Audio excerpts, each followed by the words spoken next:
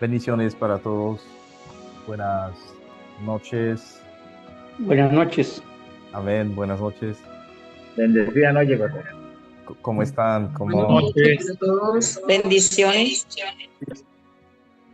Amén. Bendiciones a todos. Buenas noches, bendecidos, prosperados y en victoria siempre. Amén. Amén, pastor. Amén. Muchas gracias. Bendiciones para todos. Buenas noches. Bienvenidos. Para los que se van conectando, si podemos. Muchas bendiciones, doctor Luis. Bendiciones. Amén. Fuerte abrazo. Bendiciones. Bendiciones, doctor. Amén. Vamos a empezar este tiempo y para los que se están conectando, si pueden ir poniendo su nombre en el chat con el país para que podamos tomar la asistencia. Y por otra parte, si podemos también ir encendiendo las cámaras para poder fomentar, como decíamos al inicio, la interacción. Es bueno verles, amén. Es un gusto, es un honor. Así que bienvenidos a todos. Vamos a empezar este momento. Vamos a comenzar en oración. Vamos a pedirle al Señor que nos guíe, que nos dirija en este tiempo, que su Santo Espíritu nos hable a lo largo de esta sesión, pues obviamente con todo lo que estaremos viendo, que el Señor nos ayude a comprender mucho más, o sea, estas profundidades de su palabra, porque vamos a seguir con el tema de la bibliología. Entonces estaremos orando para que el Señor tome el control, que nos guíe, que Él nos siga hablando, que Él siga ministrando a nuestras vidas a través de estos tiempos, concretamente. Aquí tengo al pastor Luis Bencomo en el primer lugar. Bueno, tenía la mano levantada, no sé si fue un error, pero si puede ayudarnos con hacer la oración inicial, por favor, pastor. Oramos y Amén. buenas noches. Buenas noches. Señor Jesús, gracias por tu presencia con nosotros y gracias por tus bendiciones a favor de nuestras vidas. En esta hora, Señor, te pedimos que tú nos ayudes y nos instruyas a través del profesor en el conocimiento de tu palabra, de tu voluntad. Ayúdanos, Dios del cielo, a adquirir conocimiento para poder servir más efectivo en tu obra, para la gloria de tu nombre. Gracias, Señor, por estos momentos que vamos a estar en clase bajo la dirección y el poder de tu Santo Espíritu. Bendito seas tú para siempre. Gracias por darle sabiduría al profesor, gracias por guiarle y gracias por revelarle muchas cosas para que nos enseñe a nosotros. En el nombre poderoso de Jesucristo, ayúdanos a captar, a recibir, a asentar en nosotros todo lo que se nos imparte y a llevarlo a la práctica para la gloria de tu nombre. En Cristo Jesús, Señor nuestro. Amén. Amén Amén. y amén. Amén. Bienvenidos a todos. Bueno, buenas noches. Para los que quizás están entrando por primera vez, bienvenidos. Les invitamos a que sigan viendo los videos, o sea, que vean los primeros videos para que puedan ponerse al día con la clase 1 y la clase número 2. Hoy vamos a seguir con la clase número 3, con el contenido, pues obviamente que nos toca ver en esta sesión específicamente. Y hoy vamos a seguir con el tema de la bibliología, como les comentaba, en esta clase número 3.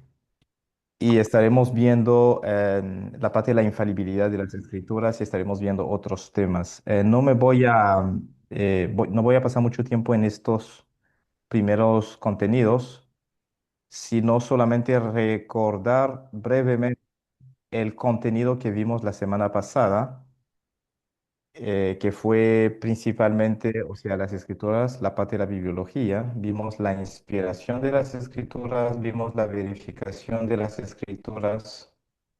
Vimos los nombres de las escrituras, la evolución del formato, bueno, desde las tablas de piedra que Moisés había usado específicamente. ¿Nos ayudan, por favor, con silenciar los micrófonos? Desde las tablas de piedras que Moisés tenía, o sea, con la ley específicamente, hasta los formatos electrónicos que nosotros tenemos. Y el formato puede seguir evolucionando. Lo más importante es centrarnos en el mensaje dentro de las escrituras, en el mensaje. También vimos las divisiones del Antiguo Testamento. Hoy vamos a profundizar un poco más con respecto a esto, las divisiones del Nuevo Testamento, y vimos el tema de los escritores o del autor de los libros de la Biblia. El autor es el Señor, bueno, lo escribieron Escribieron estos libros distintas otras personas a lo largo de los siglos o sea, con un intervalo de aproximadamente 1500 años y eran más de 40 autores si empezamos a ver algunas porciones de textos también que fueron escritos por algunos otros autores.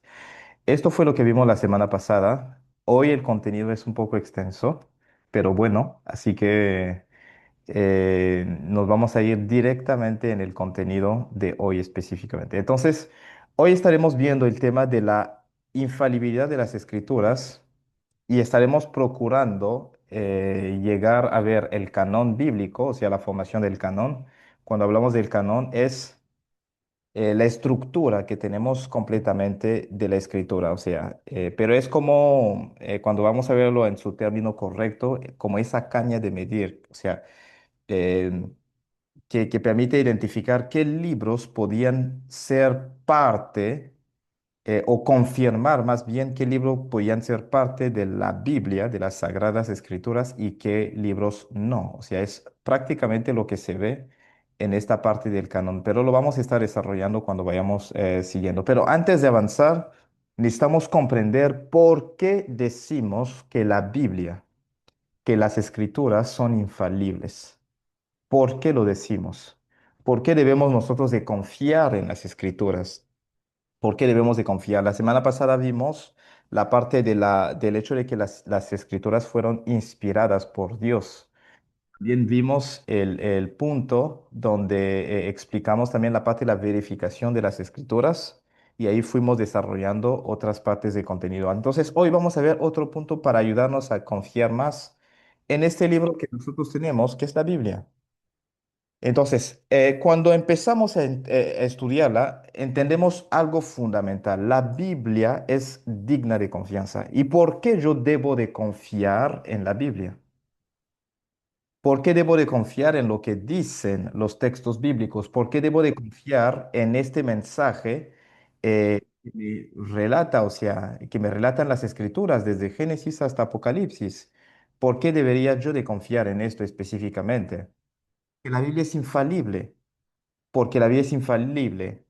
Es decir, que no puede fallar nada de lo que Dios ha dicho ahí en las Escrituras. Y al mismo tiempo, al mismo tiempo, o sea, Dios no ha fallado en lo que ha querido comunicar a la humanidad.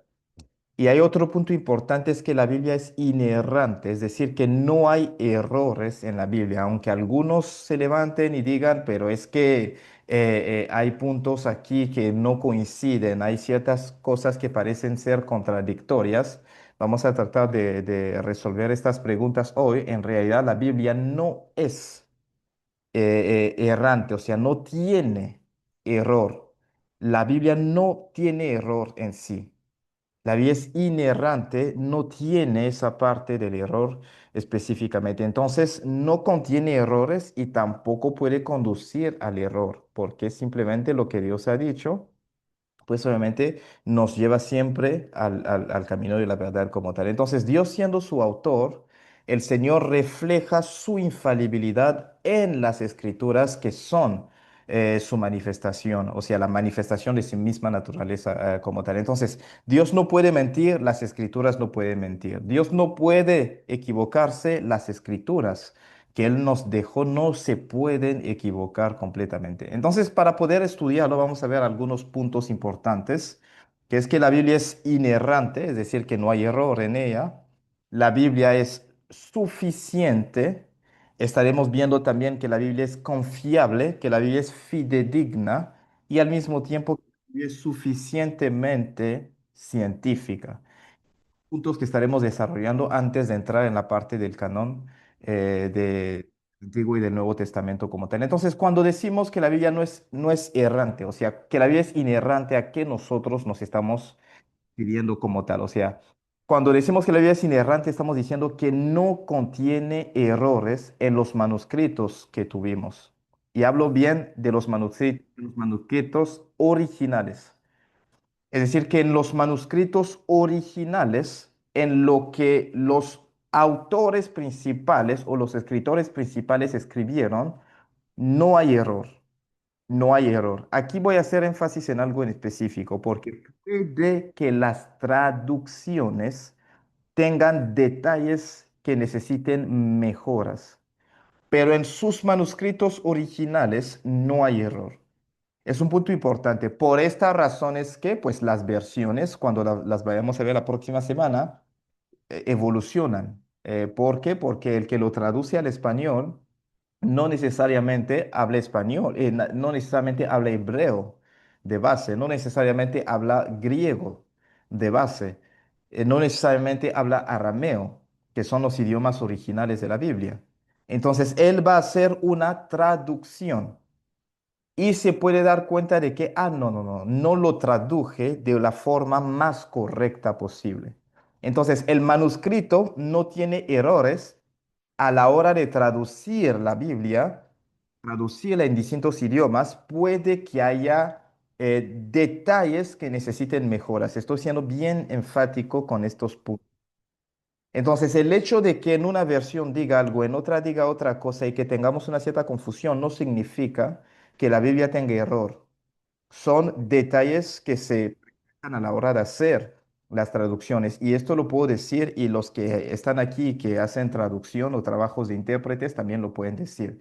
Cuando me toca interpretar o ser traductor, en el idioma que sea que el Señor me haya permitido manejar, por ejemplo, del inglés al español o del inglés al francés, viceversa y todo. O sea, hay momentos donde no traduzco exactamente lo que ha dicho el autor o la persona que está hablando, simplemente porque por cuestiones de tiempo, por cuestiones de velocidad, de dinámica, el pueblo con el cual yo me encuentro también, hay que tratar de adaptar lo que yo estoy diciendo a su contexto para que puedan entender lo que está diciendo el autor. Entonces, trato de usar las palabras adecuadas para que ellos me puedan entender, pero al mismo tiempo sin perder el mensaje como tal. Entonces, es una labor no sencilla, o sea, es una labor bien compleja, pero lo más importante es que entendamos con la inerrancia de la Biblia que la Biblia no tiene error en sus manuscritos originales.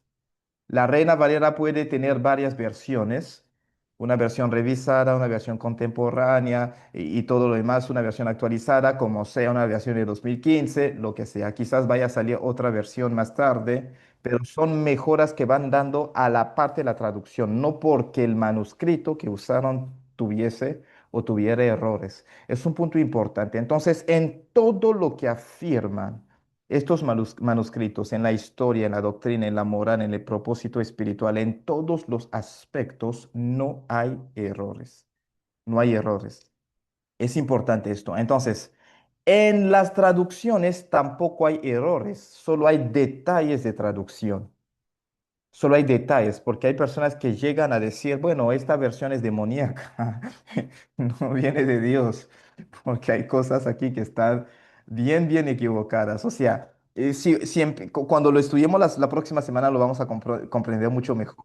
O sea, la labor de la traducción es una labor muy compleja y vamos a comprender en qué principios se han basado ciertos traductores para sacar Biblias como la Reina Valera, la Biblia del Oso, la Biblia de las Américas, que son Biblias o versiones que se acercan más al sentido original. ¿Y cuáles son los principios que aplicaron los que han traducido las nuevas traducciones, como la nueva traducción viviente, nueva versión internacional, Dios habla hoy, palabra de todos y todo? O sea, ¿cuáles son los principios en los cuales se han basado para poder dar esas distintas traducciones? Pero en cuanto a los contextos originales, todo es perfectamente verdadero. Todo es perfectamente verdadero. Entonces, la Biblia no es, o sea, no tiene error, no contiene error, no hay. No hay específicamente. Es un punto importante. El segundo punto es que la Biblia es suficiente. Es suficiente. Es decir, que es suficiente en cuanto a lo que contiene para conocer a Dios, alcanzar la salvación y vivir una vida conforme a la voluntad de Dios. Con este libro yo tengo todo lo que necesito para vivir la vida que Dios me llama a vivir.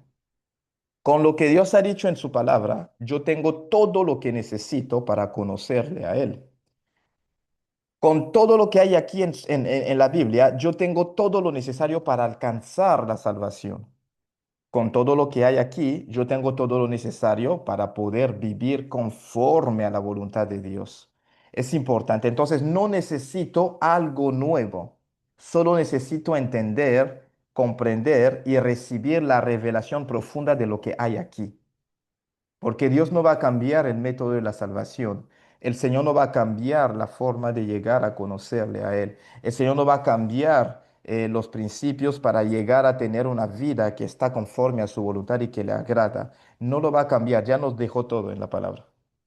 Entonces es suficiente, no necesito otro manuscrito diferente. Sí, de repente uso libros complementarios y todo, pero estos libros que vienen a hacer, no vienen a traer una revelación nueva y no deberían de venir a traer una revelación nueva. Deberían de venir a traer una explicación de lo que hay ya en estas escrituras. Es importante comprender esto. Entonces, la Biblia es completamente suficiente. En el Salmo 19, la palabra del Señor nos dice que la ley de Jehová es perfecta, completamente perfecta. Perfecta, o sea, perfecta. Y en 2 de Timoteo 3 16 a 17 cuando nos dice que la escritura es inspirada para Dios, o sea, nos dice que es capaz, o sea, es totalmente útil para poder forjarnos, para capacitarnos, para prepararnos, para que seamos listos para toda buena obra. O sea, es suficiente para todo lo que yo necesito. Lo demás es complementario, es decir, que las prédicas, las enseñanzas, los libros son cosas complementarias que me ayudan a comprender esta verdad que está aquí, porque en sí misma es suficiente, es totalmente suficiente. Y una persona que no tiene todo lo demás, pero que tiene la Biblia y busca al Señor, puede tener todo lo que necesita. En regiones donde no hay internet, no hay nada, no hay posibilidad de que tengan prédicas, no hay iglesias, con que la gente reciba la Biblia y que empiezan, que se les enseñe a buscar al Señor profundamente, ellos pueden tener la revelación de lo que hay. Porque al final, el que escribe un libro estudia esto y el Espíritu Santo le da una revelación. El que se levanta a predicar y a enseñar, ¿qué hace? Estudia esto y después tiene una revelación que va a explicar a las personas. No es algo externo o fuera que él trae específicamente. Entonces la Biblia o las escrituras son suficientes. La palabra de Dios es suficiente. Por otra parte, la Biblia es confiable, confiable completamente. Es confiable. ¿Por qué? Porque como hay un término que conocemos como terrorismo literario, que es esa parte donde la gente trata, o sea, también de llevar ataques a la palabra del Señor, o sea, en cuanto a la estructura, a los géneros literarios que se han usado y todo lo demás. Hay distintos ataques, distintas persecuciones que han sufrido las escrituras incluso. O sea, la gente han intentado también de destruir la Biblia, las escrituras. En los tiempos de la iglesia primitiva, la gente trataban de quemar, los emperadores romanos trataban de quemar y de destruir copias de las escrituras, muchas copias de las escrituras que estaban o sea esparcidas en distintos lugares, trataban de destruirlas. Incluso en tiempos de persecuciones en ciertos lugares, en ciertos países, vemos cómo intentan destruir las Biblias. Pero a pesar de todo esto, de los ataques, de las persecuciones, de los intentos de destrucción, de las críticas intelectuales, incluso científicas, esas críticas a lo largo de los siglos, de los milenios, o sea, estos 2 milenios que han pasado, básicamente, o sea, a pesar de todo esto, no ha impedido el hecho de que la Biblia se siga transmitiendo. No ha impedido el hecho de que la Biblia se preserve y se guarde y que se siga confirmando continuamente. O sea, esto no lo ha impedido. A pesar de tantas luchas y guerras en contra de estas escrituras, ha sobrevivido. Ha sobrevivido. Es un libro que sigue sobreviviendo. Entonces, su confiabilidad se basa en el hecho de que se ha preservado históricamente hablando, a pesar de todo lo que ha habido en contra de la Biblia, se ha preservado históricamente, porque las luchas en contra de la Biblia, de los principios que hay en la Biblia, no han empezado hoy ni en este siglo, empezaron desde antes, desde mucho antes. Estas luchas y estas persecuciones empezaron desde antes, sin embargo, se ha preservado. ha permanecido y sigue permaneciendo. Dos, sigue siendo confiable porque pues obviamente sus manuscritos son consistentes y además hay una unidad, una armonía en las escrituras. Son manuscritos. Para que nosotros tengamos esto, son manuscritos que han tenido que recolectar, o sea, básicamente para poder hacer esta compilación completa. Pero aún así, el hecho de que sean manuscritos distintos, todo ha venido a unirse y a formar una unidad completa. Y es armónico. Hay una cierta consistencia en los manuscritos y en los escritos de la palabra del Señor. En tercer punto, es confiable porque pues obviamente el cumplimiento de la palabra es profético y se ha visto el cumplimiento de muchas profecías que en la Biblia, que en la palabra se habían dicho y se siguen viendo muchas profecías cumpliéndose. Y por último, no podemos negar el impacto transformador que tiene la palabra. Todos nosotros aquí somos testigos de esto mismo. Por más que alguien nos quiera decir que la Biblia no es real, yo creo que aquí todos nosotros somos más de un testimonio viviente del impacto transformador que tienen las escrituras. Cualquier otro libro no nos transforma así. Los que han leído libros de filosofía, los que han leído libros históricos, distintos otros libros, no han sido transformados. Estamos aquí y seguimos porque este libro, estos escritos han transformado. No es un libro cualquiera.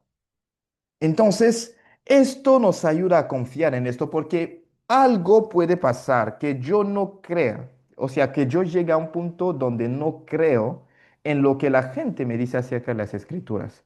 Pero no puedo dudar del impacto que estas mismas escrituras han tenido sobre mi vida. No lo puedo dudar. No puedo dudar, o sea, puedo dudar del testimonio de otros, puedo dudar de lo que las demás me digan, pero de lo que yo mismo experimenté no puedo dudar, o sea, no me puedo mentir a mí mismo. Cuando estas palabras me convencían, cuando estas palabras me tocaban, traspasaban mi alma, entraban en lo más profundo de mi ser, me quebrantaban, me convictaban de pecado y me llevaban a ese quebrantamiento que me llevaba a llorar delante de la presencia del Señor. O sea, esto no pasa con otras literaturas, de verdad. O sea, y producir la transformación, no solo remover mis emociones, sino producir la transformación. Una persona que era violenta, que se convierte en una persona dulce, tierna, una persona impaciente que se vuelve una persona muy paciente, una persona, o sea, que vivía una vida en pecado, empieza a vivir en santidad. Solo lo hace esto, la palabra del Señor. Ninguna religión lo ha logrado hacer. Ningún libro de filosofía lo ha logrado hacer. Entonces el impacto transformador de la misma palabra de Dios nos ayuda a confiar en ella. Es uno de los puntos que nos ayuda a tener esa confianza que nosotros depositamos en ella. Otro punto que es importante es que la Biblia o las escrituras o la palabra de Dios es fidedigna, es decir, que es digna de fe, es digna de confianza, es digna de esto. ¿Por qué? Porque lo que comunica, pues obviamente es verdadero y confiable como tal. No es solamente correcto, es decir, que lo que dice no es solamente correcto, no, no, no, no, no. Porque las leyes humanas son correctas. Cuando levantamos, o sea, o tomamos, por ejemplo, el código penal del país que sea, aquí voy a tomar Perú, por ejemplo, o Chile, pues el código y los lineamientos del código son correctos. Los lineamientos del Código Penal son correctos. Los lineamientos del Código Civil, o sea, todo es correcto. Lo que dice es correcto, pero en la práctica hay cosas que a veces cuando analizamos en distintos lugares decimos, bueno, aquí hay algunas fallas eh, porque creo que puede que dé ventajas a algunos, a otros no. Hay cositas que pasan por ahí. Pero cuando vemos la Biblia en la práctica es muy confiable. O sea, la doctrina es algo que nosotros podemos experimentar realmente. Y lo que se dice en las escrituras, nosotros lo podemos vivir y lo podemos experimentar. Entonces, la doctrina de la palabra del Señor puede ser vivida de una forma práctica y también puede permitirnos vivir una experiencia espiritual como tal. Entonces, es digna de fe. Es digna de fe. Podemos confiar en ella porque lo que dice es verdadero y confiable. Yo digo, cuando una persona es endemoniada, en el nombre de Jesús, sal de este cuerpo y el demonio se va. Y hay manifestaciones. Porque había dicho Jesús, en mi nombre echarán fuera demonios. Estoy aplicando esto y está sucediendo. Es digno de confianza. Es digna de fe lo que dice. Es digna de fe. Entonces es un punto importante. Y por otra parte, es suficientemente científica. Y aquí vamos a irnos al libro de Job y voy a pedir apoyo aquí al ministro Abner Flores con Job 26:7. Job 26:7, la hermana Neida Castro de Venezuela, Job 36:27. Job 36:27. Y al hermano Franklin Nava, Job 38:24. Job 38:24. Vamos a avanzar. Si el pastor Abner lo tiene, nos puede apoyar con el texto bíblico en Job 26:7. Job 26:7 dice, Él extiende el norte sobre vacío, cuelga la tierra sobre nada. Amén. Amén. Amén. Aquí vemos cómo él está diciendo, él extiende el norte sobre el vacío y cuelga la tierra sobre nada. Nosotros lo vemos y decimos, pero el libro de Job es uno de los libros más antiguos, más viejos. O sea, la teoría de que la tierra descansaba sobre el vacío fue una teoría desarrollada un poco más después. Pero Job ya lo había dicho. Piensen en esto, Job vivió en la época casi de Abraham. O sea, es tan viejo lo que se dice aquí. Esas cosas que la ciencia después confirmó ya estaban en la Biblia. Ya estaban, y hay muchos otros principios. O sea, del hecho de que la tierra cuelga sobre nada. O sea, porque cuando nosotros despertamos antes de estudiar la ciencia, nosotros pensábamos que siempre hay un fundamento debajo de nosotros. Pero cuando salimos a la escala del universo, vemos que la Tierra está, o sea, orbitando alrededor del Sol, pero no descansa sobre nada. Y Job ya lo estaba diciendo en las Escrituras. Vamos con Job 36:27 de Mananeida.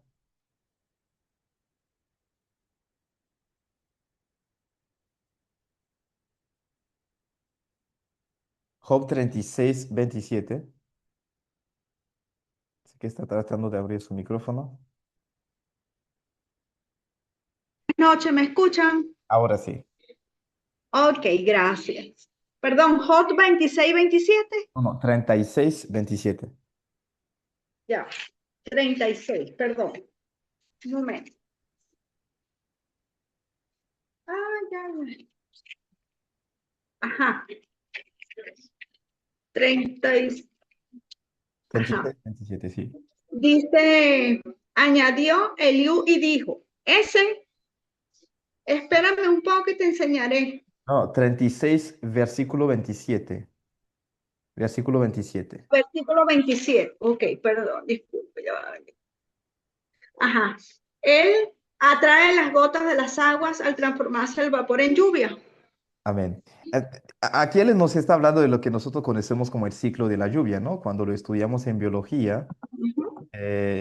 o en ciencias de la tierra, más bien en ciencias de la tierra o de la naturaleza y la tierra, teníamos una materia así en la escuela secundaria y nos explicaban el ciclo de las lluvias, ¿no? El ciclo del agua. Que pues obviamente las aguas están en los mares, en los océanos, en los ríos, en los lagos, o sea, hay aguas. Con el calor hay una evaporación, es decir, el agua pasa al estado gas, o sea, básicamente, y de ahí se acumula en las nubes y después de tanta acumulación vuelve a caer como lluvia. Y aquí Job lo estaba diciendo ya. Cosas que después la ciencia nos explica, ¿no? O sea, nos viene a explicar. Dice, él atrae las gotas de las aguas al transformarse el vapor en lluvia. ¿Ven? Porque es ese mismo vapor que sube que se acumulan en las nubes y después cuando se vuelven densas, vuelve a caer lluvia. Llena los ríos, llena los lagos, llena los ríos, llena los mares, llena los océanos. Después con el calor vuelve a subir el vapor, se acumula en las nubes y vuelve a caer y todo. O sea, es un ciclo constante que Job ya estaba hablando y mencionando específicamente aquí. Hermano Franklin Nava, con Job 38:24. Buenas noches, mi querida familia. Sí, en la versión NTV hace dos preguntas. ¿Dónde está el camino hacia la fuente de luz? ¿Dónde está el hogar del viento del oriente? Amén. Amén. Aquí él hace cuestiones o preguntas sobre estos procesos atmosféricos, o sea, de cómo va la luz, o sea, porque la luz sale, pero no podemos ubicar su camino específicamente, aunque sí hay hay rayos que se emiten en distintos lugares, no lo podemos ubicar. Después habla de que se esparce el viento solano sobre la tierra, pero o sea, ¿por qué camino? Nosotros podemos ubicar estos procesos atmosféricos que en algún momento, o sea, los científicos han llegado a estudiar para poderlos explicar. La Biblia ya lo hablaba. Después, cuando habla y sigue, o sea, habla del camino de los relámpagos y todo, o sea, cuando leemos este libro decimos, pero es que Job vivió en una época donde la ciencia no era tan desarrollada como la nuestra. Pero este hombre ya estaba hablando y él con sus amigos ya estaban hablando de estos procesos de la naturaleza que después la ciencia vino a explicar específicamente. Y después hay muchos otros textos bíblicos donde empezamos a entender que la Biblia es científicamente coherente. No contradice en realidad esto. No, no contradice la realidad de la creación, no la contradice. Son los científicos que tratan de refutar ciertas verdades, pero que con el tiempo terminan de admitir, con el tiempo terminan de admitir. Entonces, la Biblia tiene coherencia incluso en el aspecto científico. Muchos piensan que la Biblia contradice la ciencia o que la ciencia contradice la Biblia, pero en realidad cuando uno estudia bien ciertos principios científicos, se entiende que ya en la Biblia fueron dichos y nombrados, mencionados en varios lugares, en múltiples lugares como tal. Entonces, es un libro científicamente coherente. Es un libro científicamente coherente. Hay muchas verdades de la ciencia que la ciencia después vino a explicar más tarde que ya estaban escritos en la palabra del Señor, que ya estaban completamente manifiestas en la palabra del Señor. Entonces, estos son puntos que nos ayudan a entender que las escrituras son infalibles. Primeramente lo hemos dicho porque pues obviamente es inerrante, no tiene error. Dos, son suficientes, no hace falta más. O sea, lo que tenemos es suficiente, no hace falta una revelación más. No necesitamos agregar un libro 66, 67, 68. No necesitamos agregarle más capítulos. Lo que tiene ya es suficiente. El Señor ya dio y cerró la revelación. Lo otro que queda es la explicación profunda de lo que ya hay aquí, de lo que ya hay en específico. Y por otra parte vimos que es confiable por la preservación histórica, la consistencia de los manuscritos, la armonía que hay, el cumplimiento profético de los textos bíblicos y también el impacto transformador que tiene. Y aquí el hecho de que es digno de fe por lo que dice es práctico y puede llevarnos a experimentar o a tener experiencias espirituales. Y por otra parte, confirma muchos de los datos que la ciencia después, es más, la ciencia confirma muchos de los datos que ya estaban en las escrituras como tal. Entonces es muy importante entender estos puntos. ¿Por qué es infalible? Porque pues obviamente la palabra del Señor es inerrante, porque es suficiente, porque la palabra es confiable, es fidedigna y es suficientemente científica, es decir, que coincide, o sea, es científicamente coherente específicamente. Después, o sea, cuando estudiamos la misma palabra del Señor, la misma palabra revela su infalibilidad. El Salmo 19 lo decía, describe la ley del Señor como perfecta, pura, verdad. En 2 de Timoteo capítulo 3 versículo 16 y 17 vemos cómo la palabra del Señor afirma por sí misma ser inspirada por Dios y útil para poder enseñar, redarguir, corregir, instruir y para que pues solamente prepare al hombre de Dios para que sea bueno, ¿no? O sea, para que sea listo y preparado para toda buena obra. Entonces, ella misma lo afirma. Ella misma afirma su autoridad, su utilidad, su suficiencia, afirma su perfección incluso.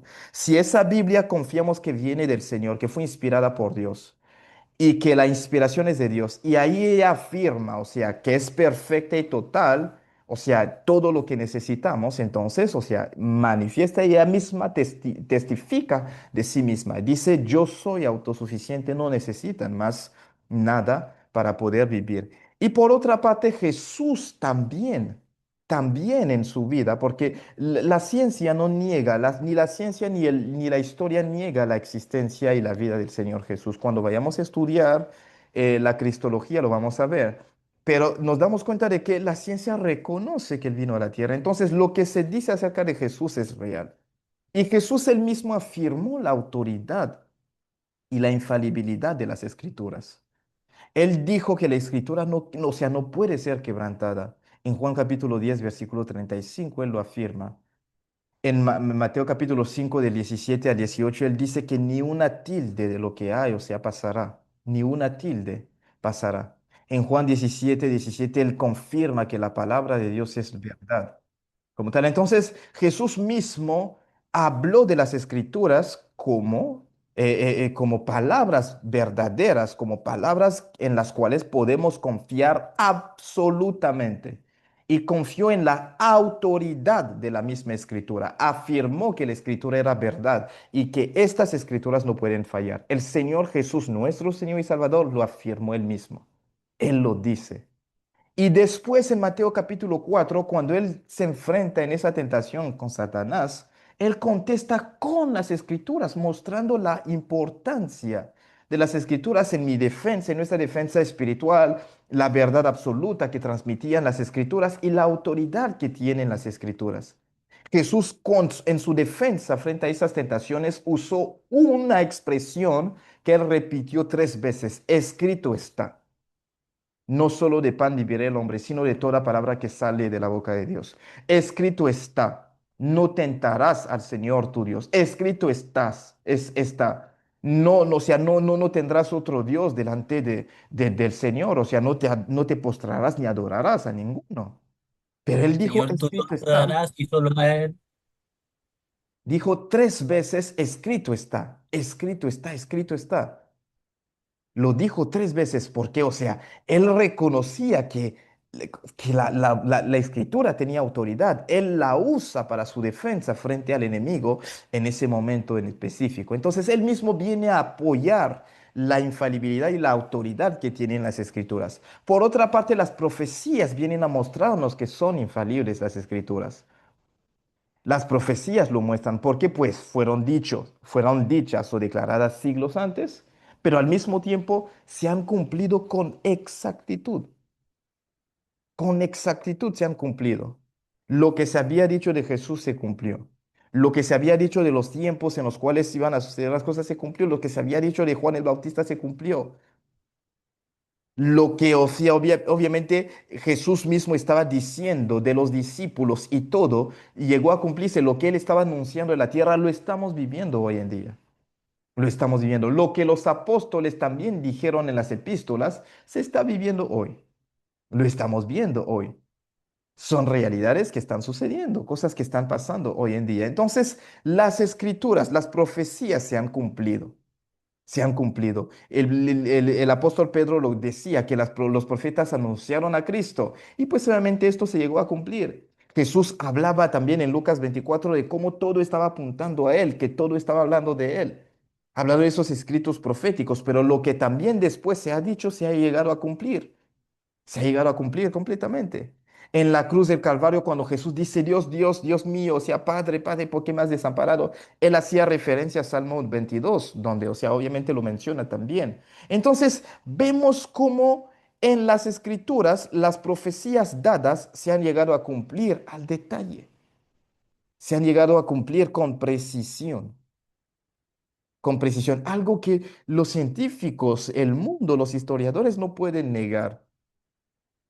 Entonces, la misma escritura y todo lo que lo que ha traído, o sea, básicamente, y las profecías que se han cumplido, nos muestran cuán infalibles son las escrituras.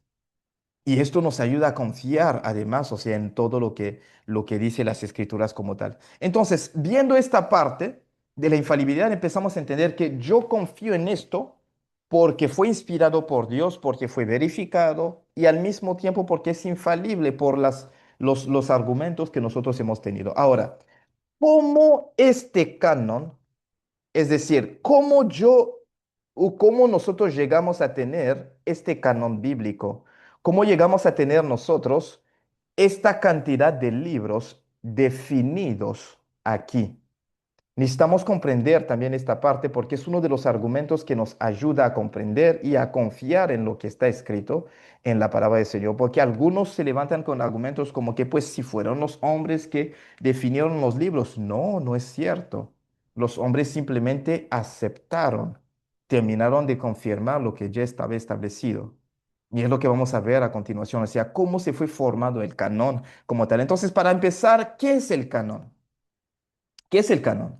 El canon es un término que se usa para hablar de estos libros que fueron aceptados o confirmados como libros divinamente inspirados por Dios. Porque libros hay una infinidad. Hay una infinidad. Aquí quizás hay autores y usted puede escribir la cantidad de libros que quiere o que puede, según lo que el Señor le da la posibilidad. Yo puedo escribir lo que yo quiero, pero ninguno de los libros que tengo y que escribo tiene la misma autoridad que los libros que están aquí en las escrituras. Ninguno de los que yo escribo. Por más inspirado que yo llegue a ser, por más revelación que yo llegue a tener, en realidad lo que tengo y lo que transmito es simplemente una explicación más profunda de lo que aquí ya está, de lo que ya está. En el último libro que tengo hasta aquí, que habla de la autoridad espiritual, yo solo explico lo que ya está, según la revelación y la profundidad de la revelación que el Señor me ha dado, pero no agrego nada más o nada nuevo. Y podemos escribir 1000 libros, 1 millón de libros, no llega a la misma autoridad. Entonces, ¿por qué tenemos estos 66 aquí en esta Biblia? ¿Por qué? Porque se terminó de definir un canon y ese canon es simplemente el conjunto de estos libros que se reconocen y se afirman haber sido inspirados por Dios. Esa palabra canon venía del griego canón y del hebreo cané, que en el tiempo de nuestros antepasados o de los primeros eruditos, o sea, de la Biblia, ellos lo tomaban del término esto que significaba, o sea, como una caña o una barra de medir, porque en aquel entonces un canon era eso, o sea, como si fuese una barra de medir o una regla que tiene milímetros o centímetros para que nosotros podamos medir. Entonces, de ese mismo término sacan el término canon para la Biblia, es decir, que un conjunto de principios para medir qué libros son divinamente inspirados. Y vamos a ver los principios en los cuales se han llegado a apoyar para poder medirlo, porque si no iba a entrar en muchísima confusión y estaremos viendo por qué, por ejemplo, algunos libros no fueron aceptados ni admitidos dentro de este canon del Antiguo y del Nuevo Testamento en sí, como tal. Pero el canon entendamos que es el conjunto de estos libros que fueron aceptados, más bien reconocidos como libros inspirados por Dios y al mismo tiempo representa como esa caña de medir, o sea, el conjunto de reglas que se establecieron o en los cuales se apoyaron para reconocer los libros que fueron inspirados por Dios específicamente. Entonces, en el Antiguo Testamento lo usaban específicamente así. Entonces, el canon es esa norma que han establecido o esa norma divina que define qué escritos son la palabra de Dios y qué escritos no lo son. ¿Qué escritos son y qué escritos no lo son? qué escritos son y qué no lo son. O sea, no es simplemente definir una lista, bueno, va a ser Génesis, Éxodo, Levítico, Números, Deuteronomio, Josué y todo. No, no, no. O sea, esas normas divinas para poder establecer o confirmar simplemente qué libros son y qué no son específicamente. Entonces, ¿quién determinó el canon? Porque ahí viene esta otra pregunta. ¿Quién lo determinó? O sea, ¿quién determinó esto como tal? No fue una creación humana, para empezar. Simplemente fue un reconocimiento del pueblo de Dios a lo largo del tiempo. Fue un reconocimiento. Es como si hoy, por ejemplo, a nivel de la iglesia, empezamos a reconocer los verdaderos dones de los falsos, los verdaderos ministros de los falsos, basándonos en ciertos principios que son muy, muy inspirados por Dios al mismo tiempo. Es como si empezamos a identificar en la iglesia a quienes podemos poner como líderes dentro del ministerio, basándonos en principios muy espirituales y divinamente inspirados. Es simplemente esto. Entonces, no fue inventado ni creado por los hombres estos lineamientos, sino más bien fue un reconocimiento del pueblo de Dios a lo largo de la historia. Decían, no, estos libros pueden ser considerados libros dentro de la palabra del Señor por esta y estas razones específicamente. Entonces, en el Antiguo Testamento, cuando nosotros lo empezamos a estudiar y a analizar, hay muchos libros, hay muchísimos libros. Hay muchísimos libros, pero nos damos cuenta de que ya cuando Jesús llega, en su época, ya el Antiguo Testamento estaba confirmado. No había duda, o sea, ellos ya tenían el Antiguo Testamento que el pueblo de Israel reconocía completamente. Ya lo tenían. Y el Nuevo Testamento, pues obviamente fue reconocido por la iglesia primitiva, porque pues el Nuevo Testamento vino después con los relatos o los escritos de la vida del Señor Jesús en los evangelios y las cartas que vienen después, además del libro de Hechos y el libro de Apocalipsis. Pero el Nuevo Testamento fue reconocido por la iglesia primitiva, pero el Antiguo Testamento ya el pueblo judío, el pueblo de Israel lo reconocía. En el tiempo de Jesús, Jesús usaba las escrituras. En el templo se leían las escrituras. En las sinagogas también se leían las escrituras, se hablaban de las escrituras. Ellos hacían referencia a las escrituras cuando hablaban. En los debates, en las discusiones, hablaban de las escrituras, citaban las escrituras, porque ya estaban conformadas estas escrituras del Antiguo Testamento.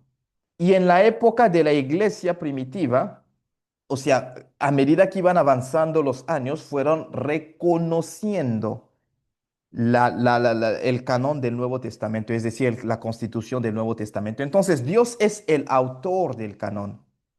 El hombre es el receptor y el que lo reconoce simplemente. Entonces, lo que hicieron los hombres no fue hacer la labor del Señor en definir qué libro va y qué no. No, ellos simplemente reconocieron en base a los principios que establecieron en base a la inspiración divina que tuvieron como tal. Entonces, la iglesia no otorga la autoridad a los libros. No es la iglesia que dijo, bueno, el libro de Hechos tiene autoridad. Sin embargo, el Evangelio de Nicodemo no tiene autoridad. No, no es la iglesia que lo define. No, la iglesia simplemente reconoce lo que Dios ya había puesto. En base a principios que vamos a estar estudiando, que estaremos viendo en esta misma sesión. Entonces, la iglesia no decide, no otorga autoridad a los libros, solo reconoce la autoridad que ya poseían cada uno de esos libros y reconoce la falta de autoridad que tenían algunos otros libros. Es lo único que hace en ese momento. Y los concilios, que eran esas reuniones que tenían, no decidieron del canon tampoco, sino que simplemente confirmaron lo que ya era aceptado universalmente entre los creyentes, o sea, que ya tenían al Espíritu Santo en ellos y sabían que estos libros sí, estos otros no necesariamente. Entonces, en base a esto vamos a avanzar para poder ver cuáles fueron los procesos o cuál fue el proceso histórico del canon del Nuevo Testamento y también, o sea, de la Biblia en general como tal. Cuando avanzamos y empezamos a estudiar esto, básicamente, uno de los primeros testimonios que nosotros tenemos del canon es el canon Muratori. que fue básicamente escrito cerca del año 170 después de Cristo. Aquí estamos hablando de canon del Nuevo Testamento, porque acuérdense que en el tiempo de Jesús ya el Antiguo Testamento estaba listo y cerrado. No se agregó más nada.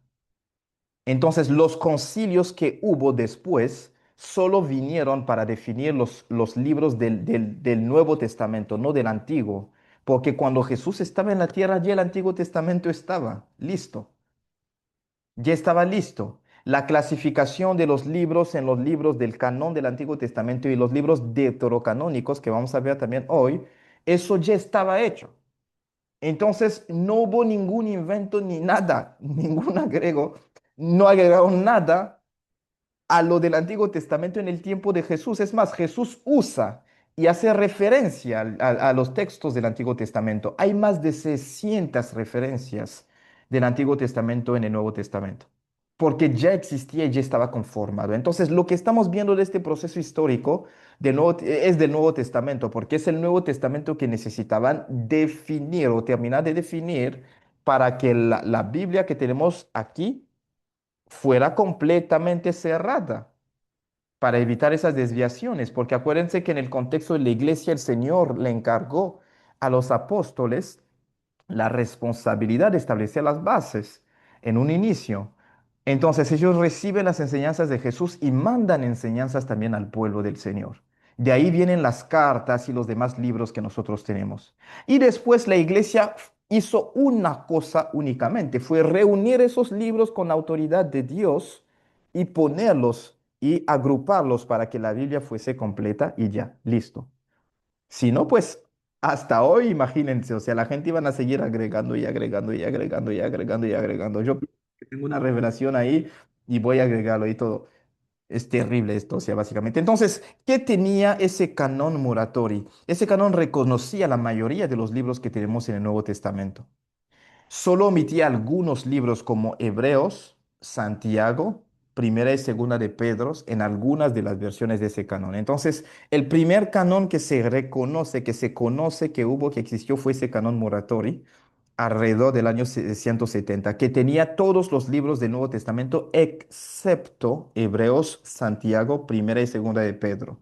Porque aunque esos libros ya se leían en la mayoría de las iglesias, había pequeñas dudas, pero eran dudas en cuanto a la confirmación del autor y todos esos pequeños detalles, pero que no hacían que esos libros perdiesen autoridad como tal, sino más bien necesitaban confirmar y asegurarse porque algunos dudaban de la veracidad de que Primera y Segunda de Pedro fueran escritos por Pedro realmente y algunos que otros detalles, pero después lo terminaron de confirmar y lo adjuntaron a los demás libros y vinieron a formar este conjunto completo de los 27 libros del Nuevo Testamento que nosotros tenemos. Entonces, ese canon ya muestra que ya existía un reconocimiento de la iglesia, porque cuando se hace ese canon, o sea, ya los libros que estaban allí eran libros que ya circulaban en la mayoría de las iglesias. En aquel entonces, en los años 100 después de Cristo. Ya en la mayoría de las iglesias esparcidas en el mundo, porque aquí estamos en la edad de la persecución. Cuando estudiamos la historia de la iglesia, este periodo es el periodo de la iglesia perseguida, que empieza más o menos alrededor del año 100 después de Cristo y que se acaba alrededor del año 303, 304 con la llegada, básicamente, o sea, de uno de los emperadores romanos que para con, con la persecución, o sea, básicamente en contra de la iglesia en sí. Pero, o sea, vemos que en ese momento en las iglesias esparcidas en todos lugares, estos libros ya eran reconocidos y cuando se conforma este canon solo faltaban estos cuatro libros, Hebreos, Santiago, Primera y Segunda de Pedro, que después llegan a confirmar, o sea, y después hubo tres concilios importantes, Constantino, gracias, ministro José Gregorio. Y gracias a estos concilios fueron confirmando simplemente los libros y ya con el último formalizaron los 27 libros del Nuevo Testamento. Eran simplemente reuniones que tenían líderes y que tenía la iglesia en general para poder ir estudiando y analizando estos asuntos como tal. Entonces hubo un concilio en la Odisea, en Asia Menor, alrededor de 363 al 364, otro concilio de Hipona, pues que actualmente es una región de Argelia, en el norte de África, en el 393, y otro concilio en Cartago, en Túnez, o sea, actualmente Túnez, que es otro país del norte de África también, en 397. Y ya con estos concilios finalizaron o formalizaron los libros que iban a ser parte del Nuevo Testamento, los 27. Pero vuelvo y repito, ya eran libros que ya se usaban en las iglesias. Entonces, no fueron estos concilios que decidieron de que sí o sí tenían que estar estos libros, porque ya la iglesia universalmente reconocían bajo la inspiración del Espíritu Santo estos libros como libros con autoridad divina. Entonces los concilios solo vinieron a formalizar el proceso y a formalizar el hecho de que estos libros eran los verdaderos y los demás no. Porque las iglesias ya bajo la inspiración del Espíritu Santo tenían copias de todas estas cartas y ya las tenían como tal, o sea, específicamente. Entonces era solamente formalizar esto, solamente afirmar y confirmar lo que ya existía, para que entendamos que en esos concilios no vinieron a decidir, para que no pensemos que esto existe por autoridad humana. No, fue simplemente hombres aceptando y formalizando lo que Dios ya había hecho, o sea, reconociendo lo que Dios ya había hecho completamente. Entonces, partiendo de esto, vamos a estudiar el canon del Antiguo Testamento y después veremos el canon del Nuevo Testamento. Son los dos puntos que estaremos viendo a continuación como tal. Tenemos distintos canon. Está el canon hebreo del Antiguo Testamento, porque acuérdense que hoy para los judíos es como si el Nuevo Testamento no existiera como tal, porque la mayoría de ellos no lo aceptan. Para los que son de la religión en sí, del judaísmo, o sea, el canon que es verdadero es el Antiguo Testamento, punto. Pero estamos hablando del judaísmo, no estamos hablando del cristianismo. Entonces, sabiendo que el Antiguo Testamento vino de los escritos que Dios mandó al pueblo de Israel, al pueblo judío, pues el canón principal que existió, incluso en el tiempo del Señor Jesús, fue este canón hebreo o este canón del Antiguo Testamento hebreo, que ellos llaman la Tanaj en sí, o sea, básicamente que está compuesto por tres grupos. Ellos lo subdividen en tres grupos, aunque hay subgrupos aquí. La Torah, que es la ley que conforma los cinco primeros libros que tenemos, Génesis, Éxodo, Levítico, Números, Deuteronomio. Está los Neviim, que son los profetas, y aquí hay una subdivisión, o sea, en dos grupos. Los profetas anteriores, que eran Josué, porque lo consideraban como un profeta, los jueces que consideraban también como siervos enviados por Dios, Samuel, que era un solo libro, aunque después se subdividió en primera y segunda de Samuel, pero antes era un solo libro, el libro de Samuel. Reyes, que era también un solo libro, aunque después lo subdividieron en primera y segunda de Reyes, como tal. Y después estaban los profetas posteriores que ya eran Isaías, Jeremías, Ezequiel y los 12 profetas menores en un solo libro. Así es como lo tenían. Entonces teníamos los profetas anteriores y posteriores, o sea, los que vinieron antes y los que vinieron justo después. Y después tenemos la última subdivisión que ellos tienen, que son los Ketuvim, o que son los escritos como tal, los escritos. Entonces aquí tenemos los demás escritos del Antiguo Testamento, que son los Salmos, los Proverbios, el libro de Job, Cantar de los Cantares, Ruth, Lamentaciones, Eclesiastés, Esther, Daniel, Esdras, Nehemías. Y tenemos crónicas. Entonces, Esdras y Nehemías estaban en un solo libro también. Y crónicas también conformaban un solo libro. Es decir, que primera y segunda de crónicas que hoy tenemos divididos eran un solo libro en sí. Entonces, cuando empezamos a contar esto, llegamos a una totalidad de entre 22 a 24 libros únicamente que contenía el canón hebreo en aquel entonces, o sea, o la Tanaj, como nosotros lo conocemos. Algunos dicen Tanaj como tal. Entonces teníamos Génesis, Éxodo, Levítico, Números, Deuteronomio, Josué, Jueces, Samuel, Reyes Isaías, Jeremías, Ezequiel, los 12 profetas menores, que era un solo libro, Salmos, Proverbios, Job, Cantar de los Cantares, Ruth, Lamentaciones, Eclesiastés, Esther, Daniel, Esdras y Nehemías en un solo libro y Crónicas en un solo libro. Entonces, en ese canon del Antiguo Testamento, en ese canon judío, había 24 libros, pero no hubo, o sea, con lo que nosotros tenemos no hay nada que se agregó, sino simplemente libros que se dividieron. Porque al dividir el libro de Samuel en primera y segunda, ya tenemos un libro más. Al dividir los 12 profetas menores, tenemos 11 libros más, son 12 más que se agregan a los 24 que ellos tenían. Ya tenemos cuántos, o sea, básicamente 36 libros aproximadamente. Y ya cuando separamos el libro de Crónicas en dos, es un libro más, o sea, ya tenemos 37 libros en sí como tal. O sea, es esa subdivisión que nos lleva a tener la cantidad de libros que nosotros tenemos en el Antiguo Testamento. Y cuando se separa Esdras de Nehemías en dos libros distintos, también, o sea, ya llegamos a los 39 libros que tenemos. Entonces, el canon que estamos usando del Antiguo Testamento es el mismo que usan los judíos y es el mismo que usaban el Señor Jesús y los discípulos en aquel entonces. Es importante recalcar estos puntos para que nosotros tengamos esta claridad como tal. Entonces Jesús y los apóstoles reconocieron plenamente las escrituras. Hay muchas menciones, muchas referencias, no tenemos tiempo para poderlos ver, pero hay muchas referencias del Antiguo Testamento que Jesús y los apóstoles hacen. Hay muchas referencias, dicen más de 600 referencias del Antiguo Testamento en el Nuevo Testamento. Hay más de 600 referencias como tal.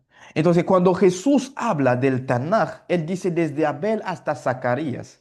En Mateo 23, versículo 35, él habla de esto. En el orden hebreo, o sea, habla de este orden, o sea, básicamente desde Génesis hasta Crónicas, porque en la estructura hebrea va en ese orden específicamente. Entonces, ese canon ya existía en los tiempos de Jesús.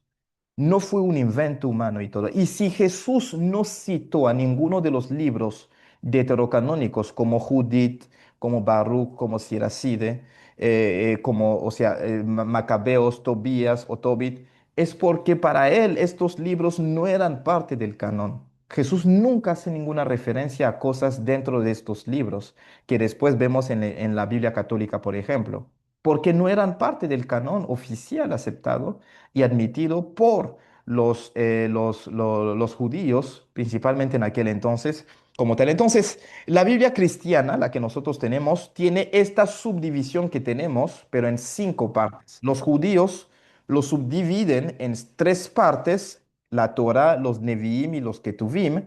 Nosotros lo subdividimos en 5 partes. Tenemos el Pentateuco, que son los 5 primeros libros de Génesis a Deuteronomio, los libros históricos que van desde Josué hasta el libro de Esther, que son 12, los libros poéticos que son desde Job hasta Cantares de Salomón, tenemos, o sea, estos libros poéticos, tenemos los profetas mayores por la extensión del libro, de cada libro, desde Isaías hasta Daniel, y tenemos a los profetas menores, que son esos 12 libros desde Oseas hasta Malaquías. Es simplemente una organización temática, o sea, no es tanto que Dios diga, así es como se subdivide.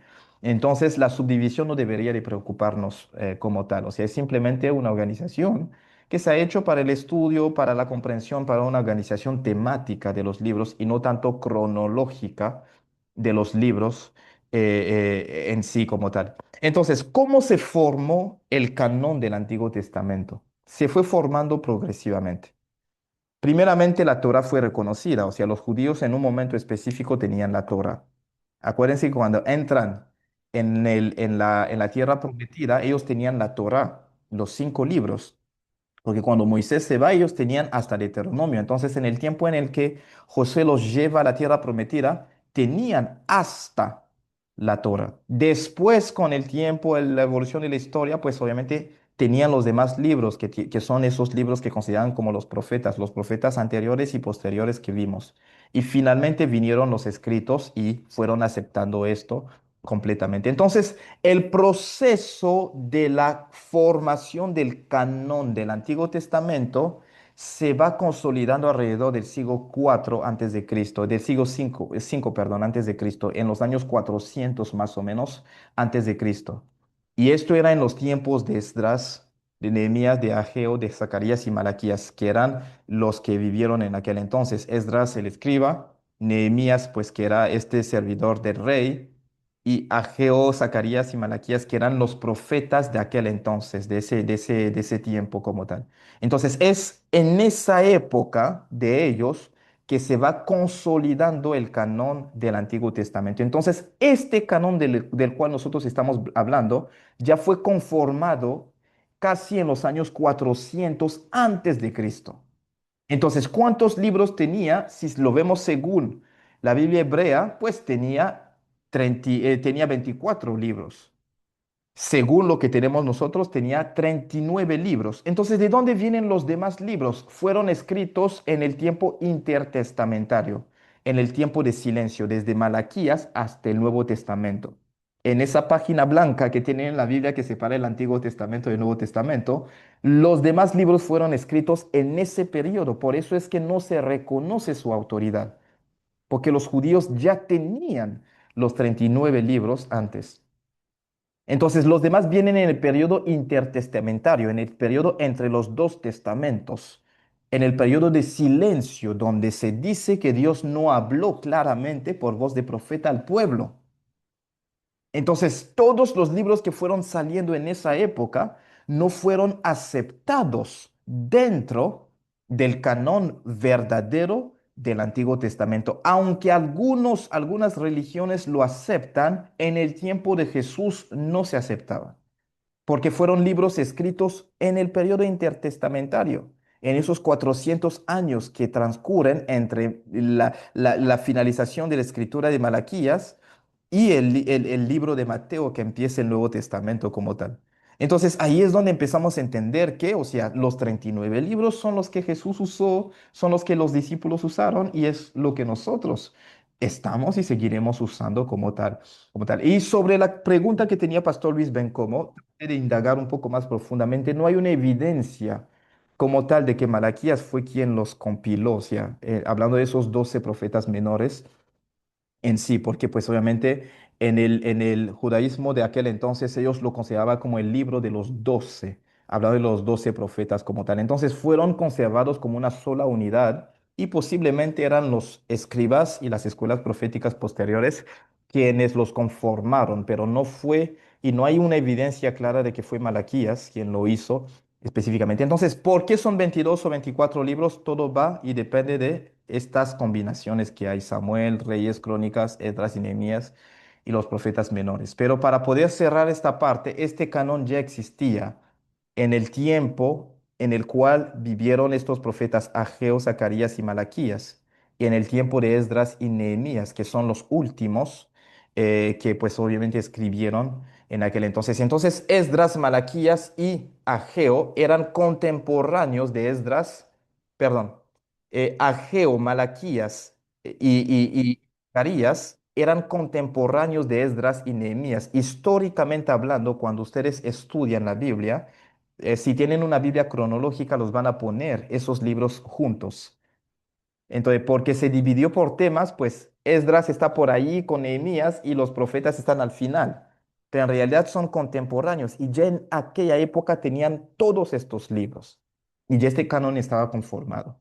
Es importante entender. Entonces, ¿cuáles fueron los criterios para poder formalizar el canon del Antiguo Testamento?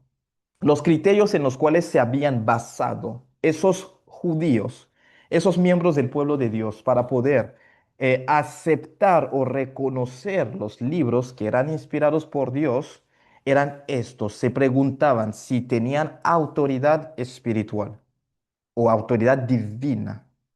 Se hacían la pregunta: ¿es evidente que Dios es su autor o no?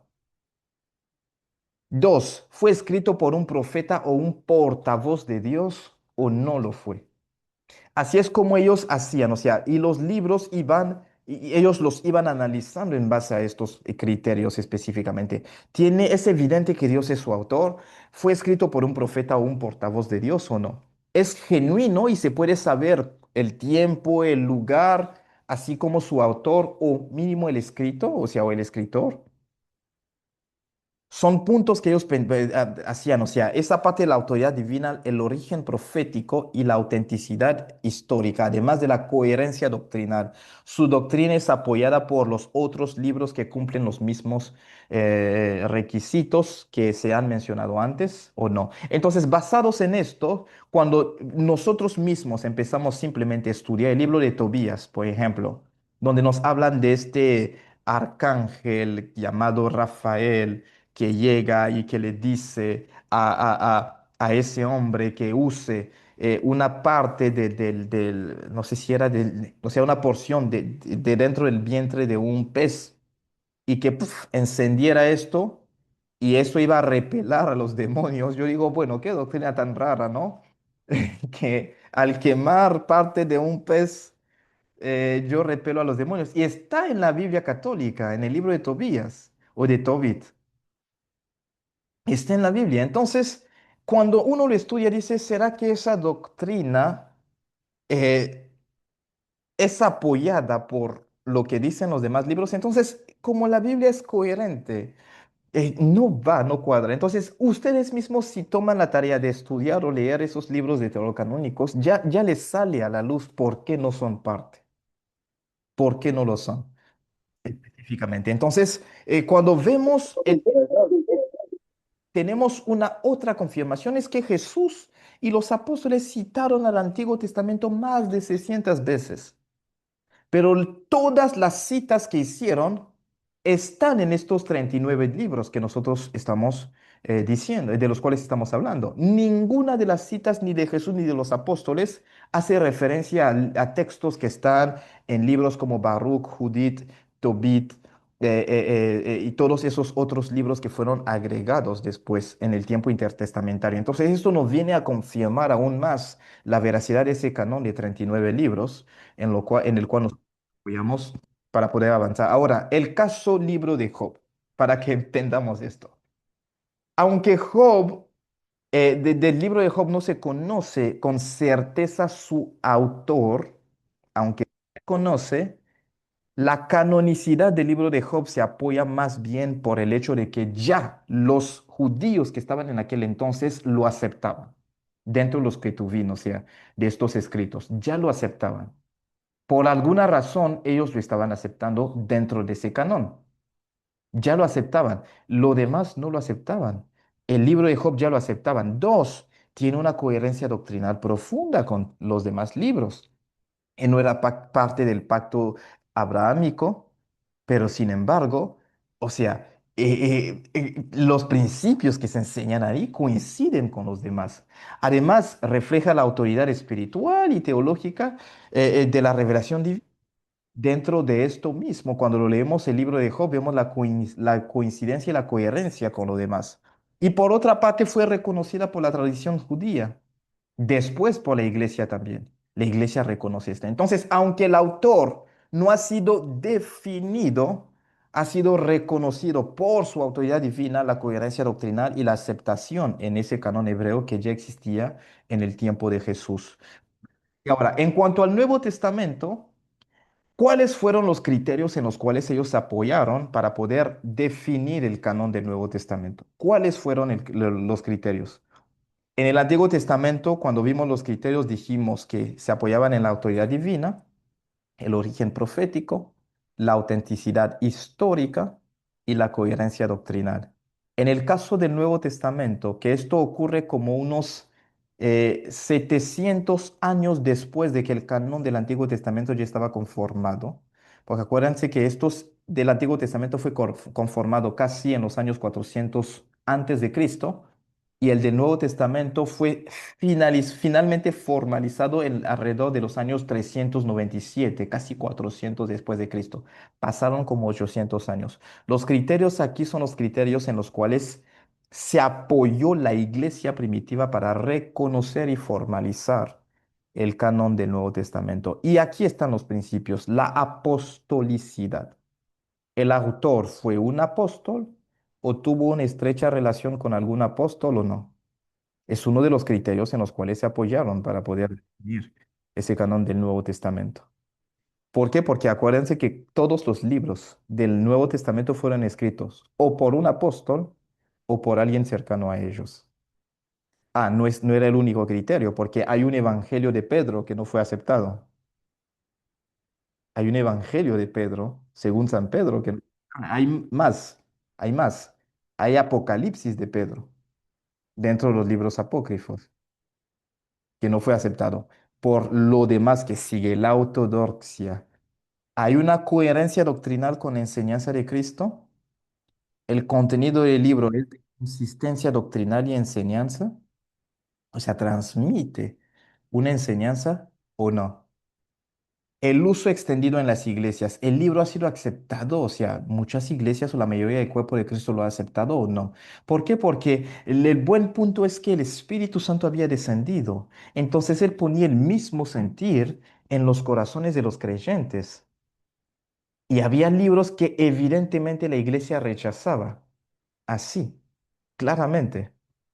Porque sentían que no tenía esa parte que vamos a ver al final, que es la inspiración, o sea, la evidencia espiritual real, interna del libro. O sea, que se siente que es obra del Espíritu Santo, que se siente, o sea, como tal. ¿Será que el libro contiene evidencia de una alta moral, valores espirituales que reflejan la obra del Espíritu Santo o simplemente es una fábula, una historia? Cuando yo leí el Evangelio de Nicodemo, vi que no transmite ninguna enseñanza doctrinal ese libro. Habla del descenso de Jesús al Hades, al infierno, en las regiones inferiores. Cuando Jesús entra en la tumba, el libro de Nicodemo, el Evangelio de Nicodemo, nos relata el relato del descenso de Jesús ahí, como él le arrebata también las llaves del Hades y de la muerte a Satanás y cómo él asciende y hace que salgan las almas que estaban ahí encarceladas como tal. Entonces, ese evangelio nos habla de esto, pero cuando uno lo lee, dice, bueno, no cumple las demás, los demás principios. Nicodemo fue un doctor, un maestro de la ley, que se acercó a Jesús en Juan capítulo 3. Pero nos hablan de un evangelio de Nicodemo que nos habla de esa parte. Entonces, cuando uno lo estudia y empieza a estudiar estos criterios, y estos principios empieza a darse cuenta de que, yo entiendo por qué, o sea, estos libros no son aceptados dentro del canon por el hecho de la misma autoridad, porque pues obviamente yo puedo inventar una historia y decir que Dios me lo dijo, pero ¿será que la vamos a tomar al mismo nivel de autoridad que la inspiración divina? Porque Dios transmitió, o sea, sus escrituras, las dejó para poder enseñarnos para forjarnos. Segunda de Timoteo 3:16 lo decía, que esa escritura viene para enseñar, redaguir, para instruir, o sea, para poder capacitarnos, para que seamos listos, preparados para toda buena obra.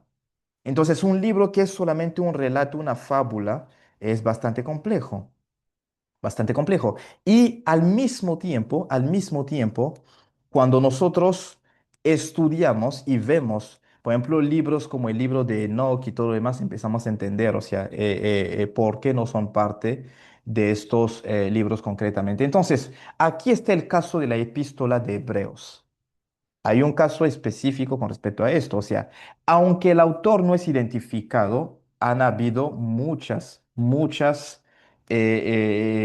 especulaciones con respecto a este tema y los autores principales que se han mencionado dentro de estos estaban Apolos, el apóstol Pablo, algunos tratan de asociar a Timoteo allí y todo lo demás, o sea, pero dicen que era una persona dentro del círculo de los apóstoles. Estas son las fuentes más seguras que afirman quiénes pudieron haber sido los autores del libro de Hebreos. Pero no se da la confirmación de que es el apóstol Pablo por el simple hecho de que no tiene el mismo género, la misma estructura literaria. Esto lo estudiamos en Nuevo Testamento, así que cuando salga este curso lo vamos a ver en profundidad porque estudiamos cada uno de los libros del Nuevo Testamento.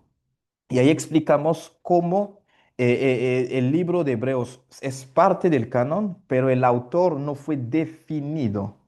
O sea, no es que no sea un apóstol o alguien cerca del círculo íntimo de los apóstoles, no, es simplemente que no fue definido porque quedó la duda. Suele pensar la gente que pudo haber sido el apóstol Pablo, pero no tiene la firma que él tenía y que él ponía en cada carta que él mandaba. O yo, Pablo, siervo o servidor del Señor Jesús, o apóstol del Señor Jesús, o por la voluntad de Dios, siempre lo ha puesto en todas las 13 cartas que se han reconocido como de él. Y al final también el estilo, las salutaciones, como él va cerrando y todo.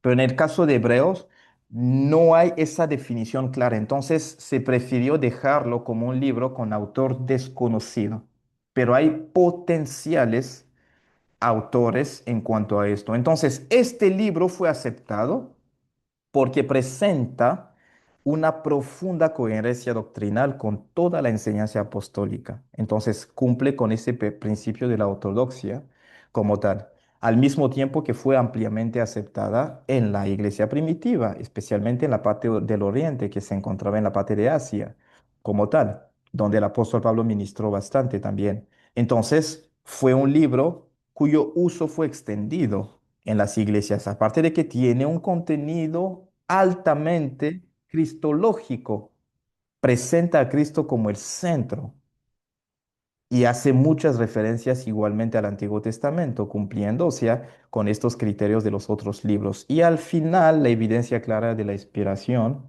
y la autoridad espiritual que conlleva este libro. Entonces, aunque el autor es desconocido, yo diría mejor no definido, el libro fue aceptado por esa coherencia apostólica, la profundidad doctrinal y el reconocimiento en la iglesia primitiva. Entonces, sí es parte del canon del Nuevo Testamento y es un libro con toda la autoridad, como los demás libros del Nuevo Testamento en sí, como tal.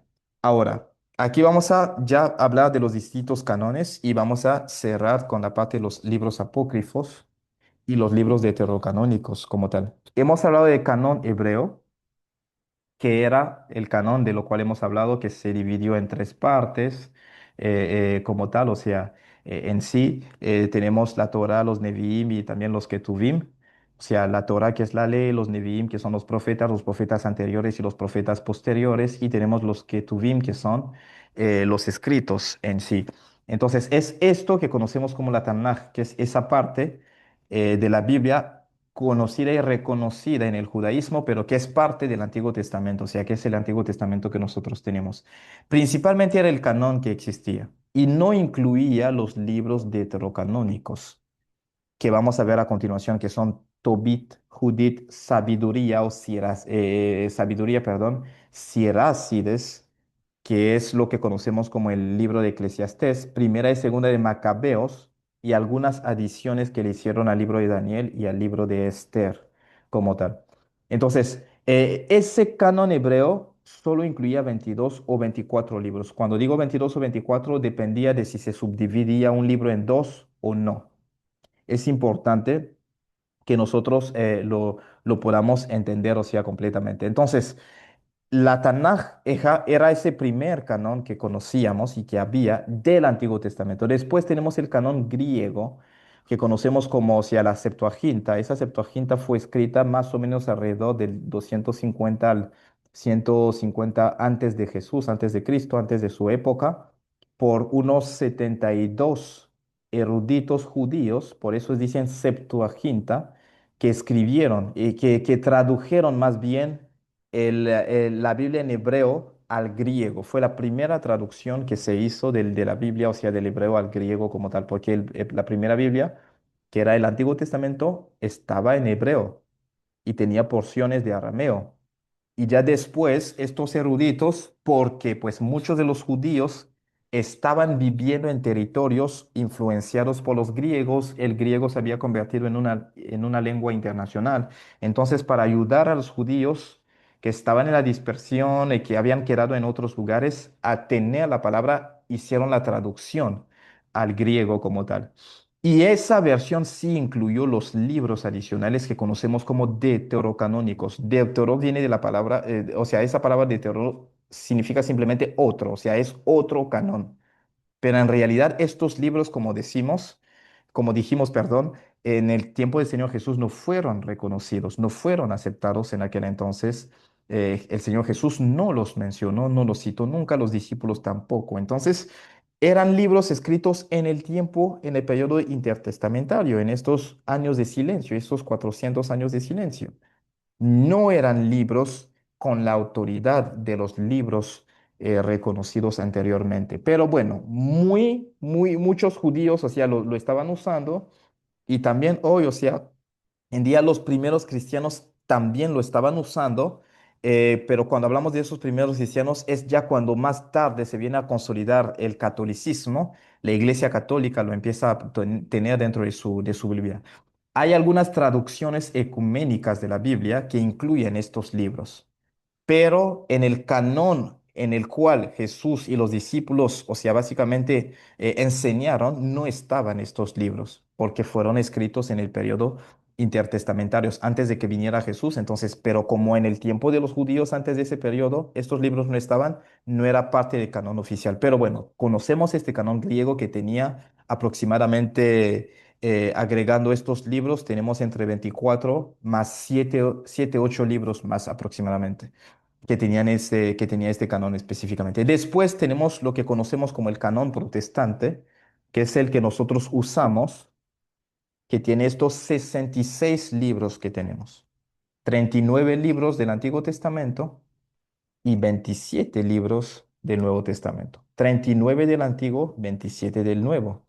Este canon se formó principalmente del canon hebreo que tenemos aquí, esos 24 que subdivididos, primera, segunda de Samuel, primera, segunda de Reyes, primera, segunda de Crónicas, Esdras y Nehemías separados, y los 12 profetas menores separados nos dio 39 libros. Pero no fue algo agregado, no, simplemente libros divididos en dos en sí. Entonces cuenta con ese canon hebreo de 39 libros y el canon apostólico del Nuevo Testamento que tenemos, que son 27 libros. Por eso es que tenemos los 66 libros. Ahora, tenemos otro canon, por ejemplo, porque esto surge después del protestantismo, o sea, de la protesta, de la reforma como tal. Porque acuérdense que antes de la reforma, ya estoy contestando la pregunta que el hermano José está haciendo, el ministro José. ¿Por qué? Porque acuérdense que en los años 1500 antes de la reforma, la Biblia que usaban era la Biblia católica, que es este canon que tenía 73 libros.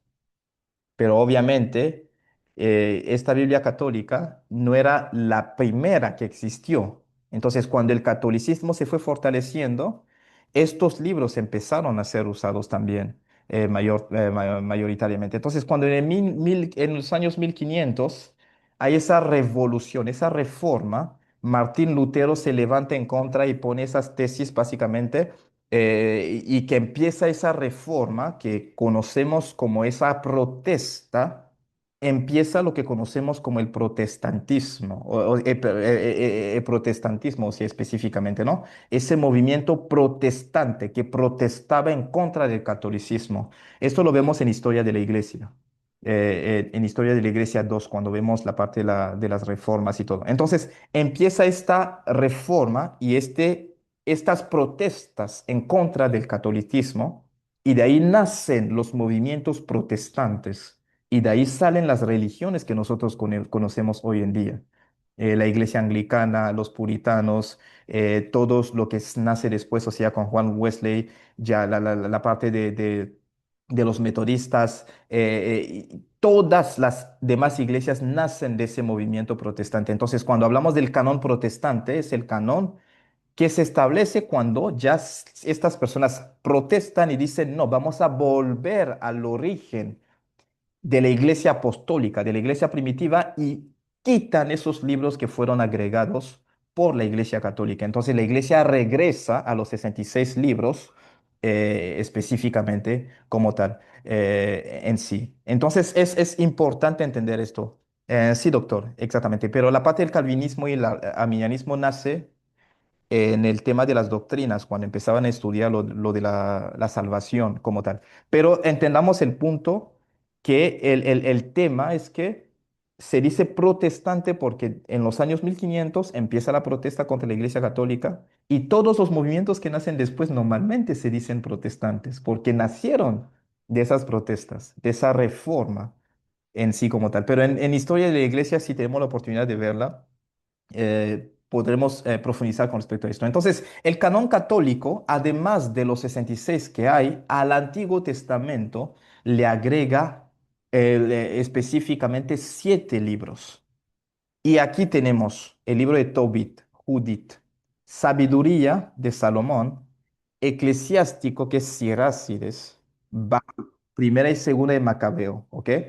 Y dentro del libro de Esther y de Daniel agrega porciones. Por ejemplo, en el libro de Esther agrega 2 libros, o sea, perdón, 2 porciones adicionales. En el libro de Daniel agrega capítulos, como la oración de Azarías, uno de los amigos de, de Daniel cuando estaban en ese horno, o sea, ardiente como tal. Agrega el cántico de los 3 jóvenes, Susana, y un relato de Bel y el dragón. Lo pueden leer en las Biblias católicas. Incluso online están disponibles y todo. Pero léanlo con mucha sabiduría y con mucha madurez espiritual porque de verdad es tremendo, ¿no?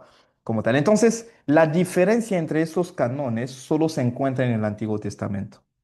Solo se encuentra en el Antiguo Testamento. Solo se encuentra allí.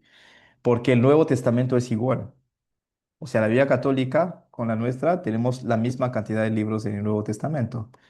La única diferencia es en el Antiguo Testamento, donde ellos tienen 46 libros y nosotros tenemos 39 libros como tal. Y estos libros son la diferencia principal que hay y que existe entre estos dos canones que nosotros tenemos. Porque en sí, los primeros canones eran canones solo del Antiguo Testamento. El canón hebreo solo tenía el Antiguo Testamento. El canón griego solo tenía el Antiguo Testamento. Esta Septuaginta en sí, porque acuérdense que fue escrito del 250 al 150 antes de Cristo. O sea, antes de Jesús no había ni los evangelios ni nada. Entonces, los canones que tenemos hoy son estos dos.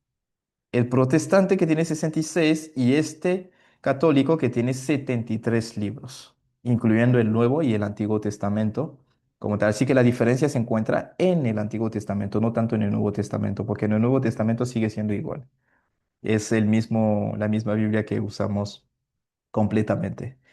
Y cerrando esa parte, ya vamos a entrar en la parte de los apócrifos y los deuterocanónicos, y con esto estaremos cerrando. La meta para nosotros no es estudiarlos a profundidad, porque estamos en un curso de teología sistemática. La meta es estudiar las doctrinas bíblicas. Entonces, dentro de la bibliología, cuando hablamos de los apócrifos y los deuterocanónicos, solo explicamos o nos enfocamos en explicar por qué no son parte de. Porque si tuviéramos que estudiarlos, miren cuántos libros apócrifos hay y deuterocanónicos. Hay un montón. O sea, son varios. Entonces, no nos alcanza el tiempo para poderlos ver. Sin embargo, ¿de dónde vienen estos cuando hablamos principalmente de los libros apócrifos, por ejemplo? Del periodo intertestamentario. Si todos tienen sus Biblias, pueden tomar sus Biblias y lleguen al libro de Malaquías, capítulo 4. Malaquías, capítulo 4. Malaquías es el último libro del Antiguo Testamento. O Mateo, capítulo 1, y ya regresan atrás, van a ver Malaquías, capítulo 4. Es algo muy sencillo solamente que queremos hacer. ¿Ok? Si todos estamos, cuando llegamos a Malaquías, capítulo 4, ¿qué sigue? Tenemos esta hoja blanca que me dice Nuevo Testamento en mi Biblia, ¿no? Y después empieza el libro de Mateo. Entonces, entre entre la época de Malaquías y la época en la que viene el Señor Jesús, pasaron aproximadamente 400 años, donde no hubo revelación bíblica como tal, y se conoce como el periodo intertestamentario o el periodo entre los dos testamentos. ¿Ok? Que es un periodo de silencio, que la gente considera como los 400 años de silencio, porque en esa época Dios no habló directamente al pueblo con esa voz de profeta y todo, porque acuérdense que antes de eso había mucha voz profética. En ese periodo, el pueblo de Israel, ya algunos habían sido deportados, había sucedido la deportación babilónica, después vinieron los medos y los persas. Con Ciro recibieron la posibilidad de regresar a sus territorios, pero muchos judíos quedaron en esos territorios alejados, porque acuérdense que cuando Nabucodonosor vence a los reyes de Israel, específicamente de Judá, él lleva al pueblo fuera de Jerusalén y de Israel, del territorio de Judá. Y hubo tres deportaciones, o sea, llevaron a tres grupos de personas. Y entre esos grupos de personas, están personas como Daniel, por ejemplo, que fueron deportados y llevados a territorios babilónicos. Daniel vivió y creció, o sea, se desarrolló en el territorio de Babilonia. Entonces, cuando vemos a personas como Nehemías, Esdras, cuando se habla de Esther, por ejemplo, que estaban cerca de reyes, son esos judíos que fueron llevados lejos de su territorio y después cuando llegan los medos y los persas con Ciro, Ciro les da la posibilidad de regresar a sus territorios. Algunos fueron de vuelta y otros se quedaron en esos territorios. Entonces, en esos territorios muchísimas cosas sucedieron.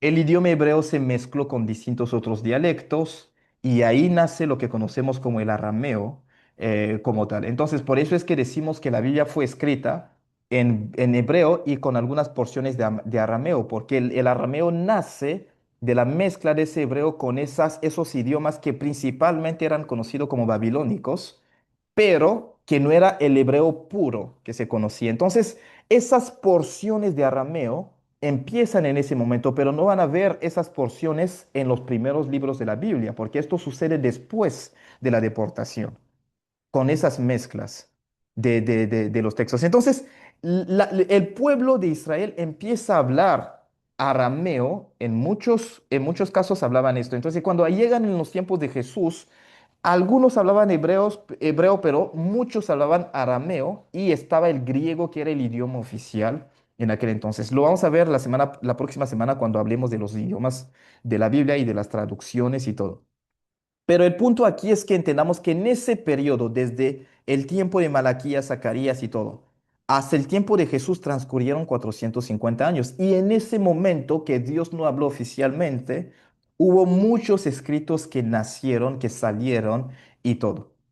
Pero ya el pueblo de Israel tenían un canon, que es el canon hebreo que nosotros vimos.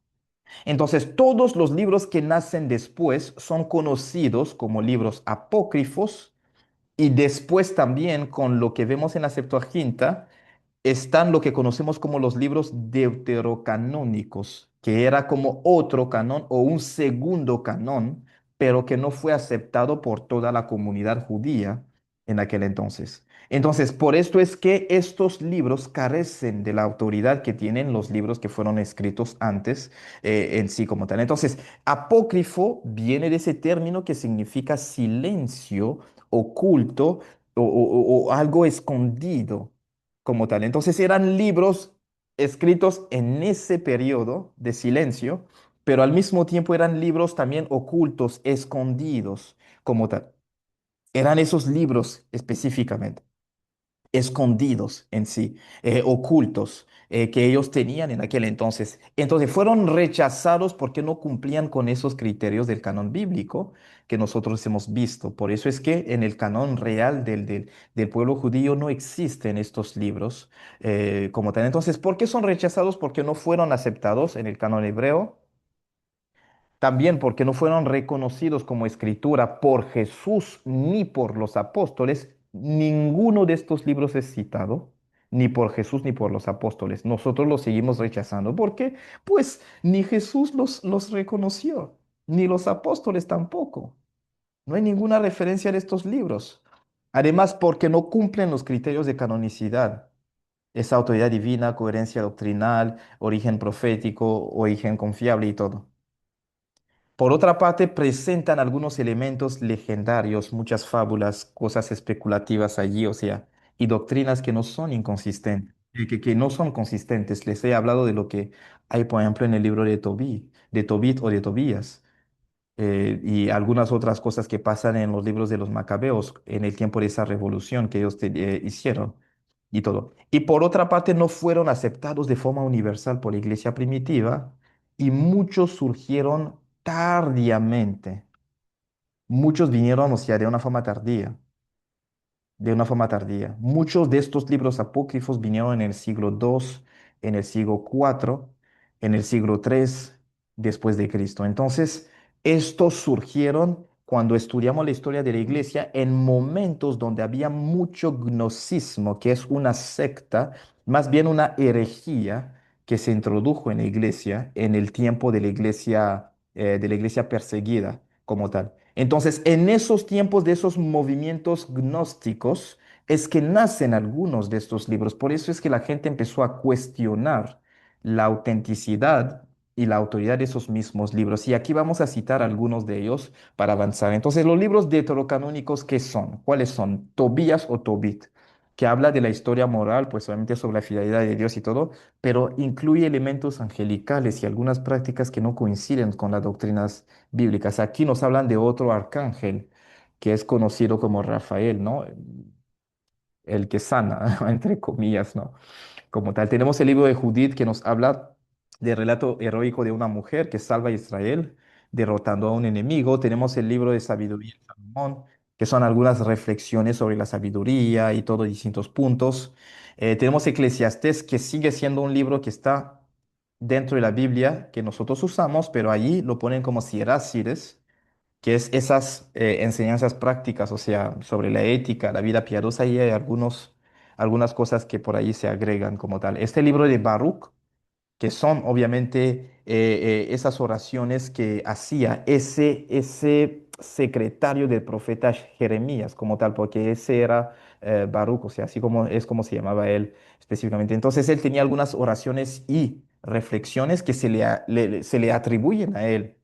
O sea, a él se les atribuyen estas oraciones y algunas reflexiones que él hizo, y pues bueno, por eso es que sacan el libro de Baruch, que era el secretario del profeta Jeremías que conocemos en la Biblia. Después tenemos primera y segunda de Macabeo, que nos habla de la rebeldía judía en el tiempo la rebelión en contra del dominio seleucida, el dominio de ese reino.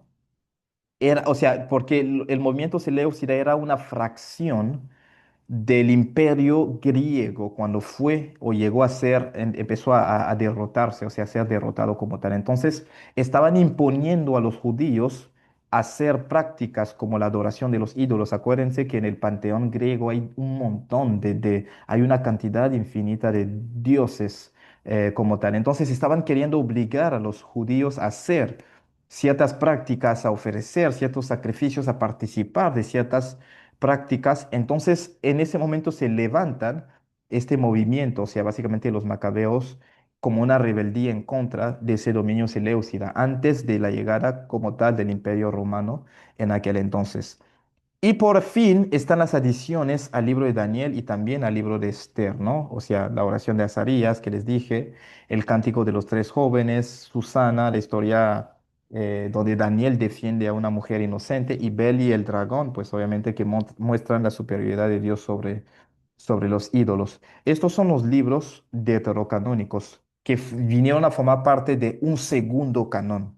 Cuando digo un segundo canón es porque la Iglesia Católica lo sigue usando como parte de los libros, y algunas traducciones ecuménicas, o sea, incluyen esto también, pero en realidad no es el canon oficial. Entonces, estos libros no los consideramos como los que verdaderamente son.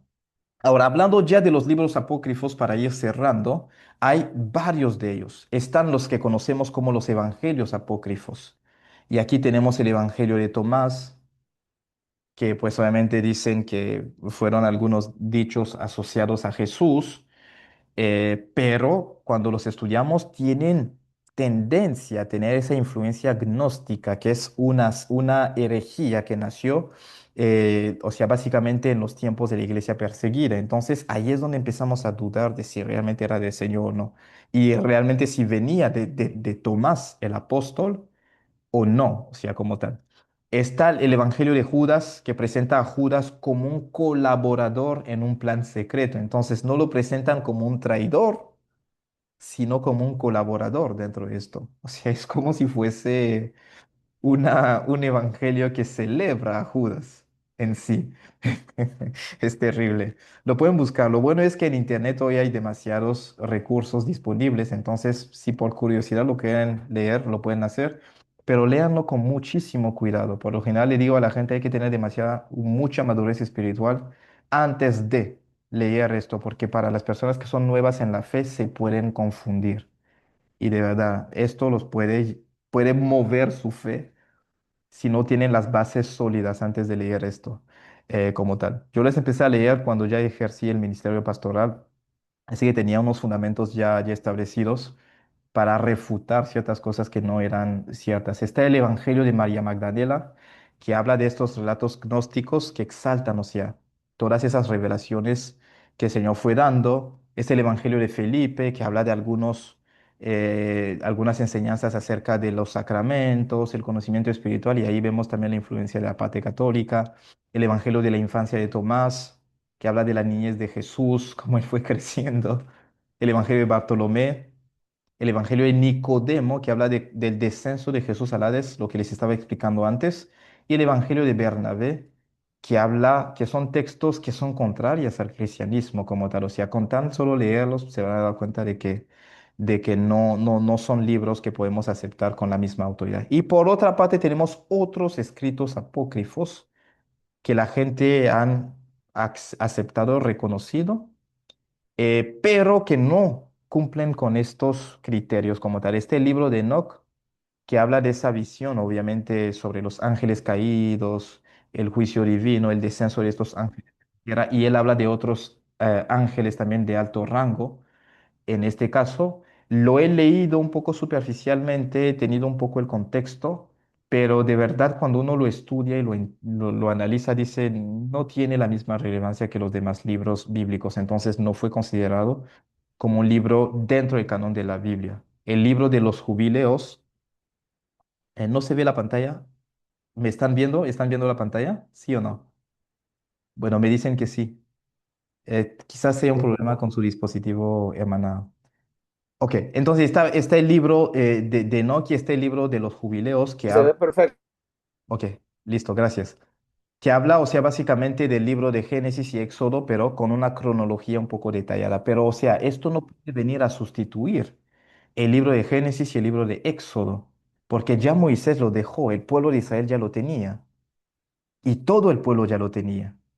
Entonces, aunque lo hayan reescrito de una forma cronológica y bien detallada, no puede venir a sustituir los libros que el mismo Moisés dejó al pueblo de Israel y que el pueblo de Israel ya tenía en aquel entonces, que eran los primeros libros que ellos tenían cuando entran en la tierra prometida. Entonces, este libro a veces se usa, pero es más bien para estudio personal, análisis personal, pero no es considerado un libro que entraría dentro del canon del Nuevo Testamento.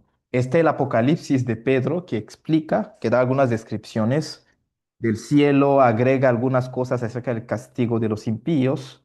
Si lo quieren leer, lo pueden leer. Yo principalmente no me he enfocado mucho en estudiarlo como tal.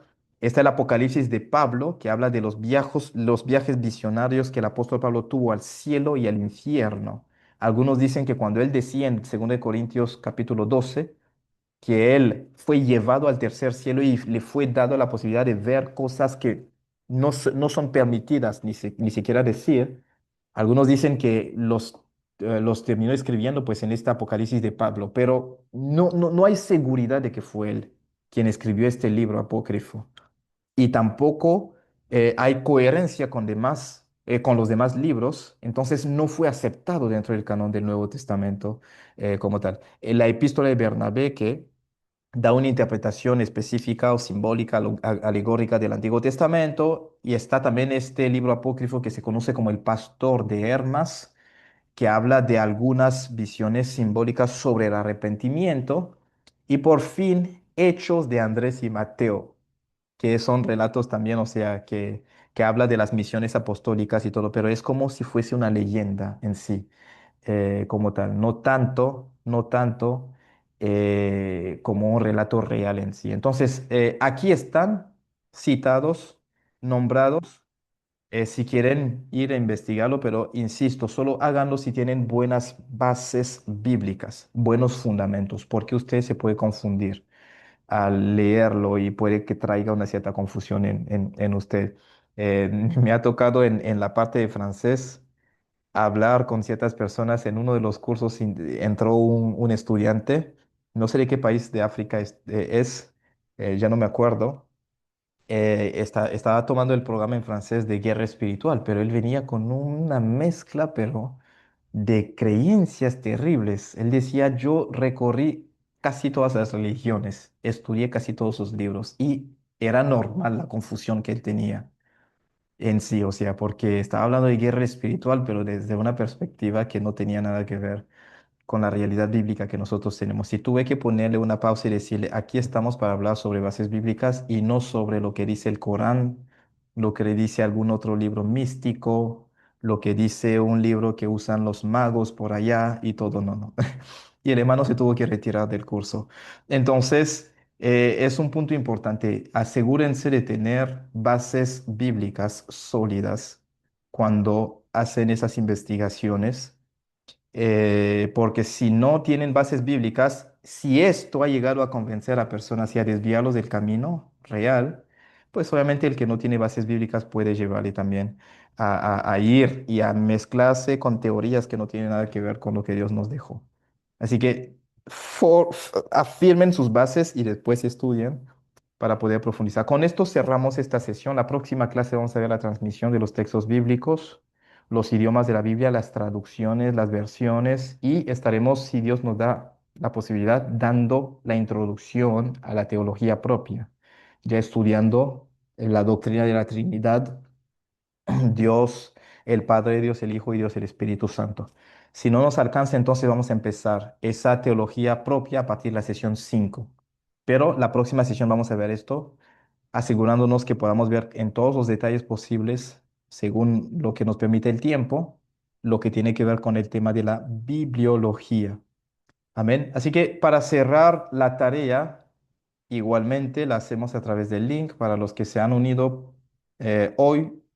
Específicamente, si pueden ponerse al día viendo los videos anteriores, nos va a ayudar para poder optimizar el tema del tiempo. No sé si hay preguntas o comentarios, las vamos a ver ahorita. Y si usted se conectó después y no puso su nombre en el chat, si puede poner su nombre con el país para la asistencia. Amén. Antes de que cerremos esta sesión. Aquí está el link de la tarea que acabo de mandar en el chat para los que quieran, ya que tienen la mente fresca y decir, bueno, quiero hacer la tarea de una vez, lo pueden estar haciendo. Si no, tienen el tiempo hasta el próximo lunes, porque el link se cierra. Así que los que no hicieron la tarea uno y 2 ya el link está cerrado. Los dos están cerrados. Así que estamos anunciando que son 6 días aproximadamente para hacerlos. Aprovechemos el tiempo. Este link ya tiene fecha de vencimiento. Cuando usted ingresa a los de la primera y la segunda, le va a decir, ya no, ya este link no recibe respuestas.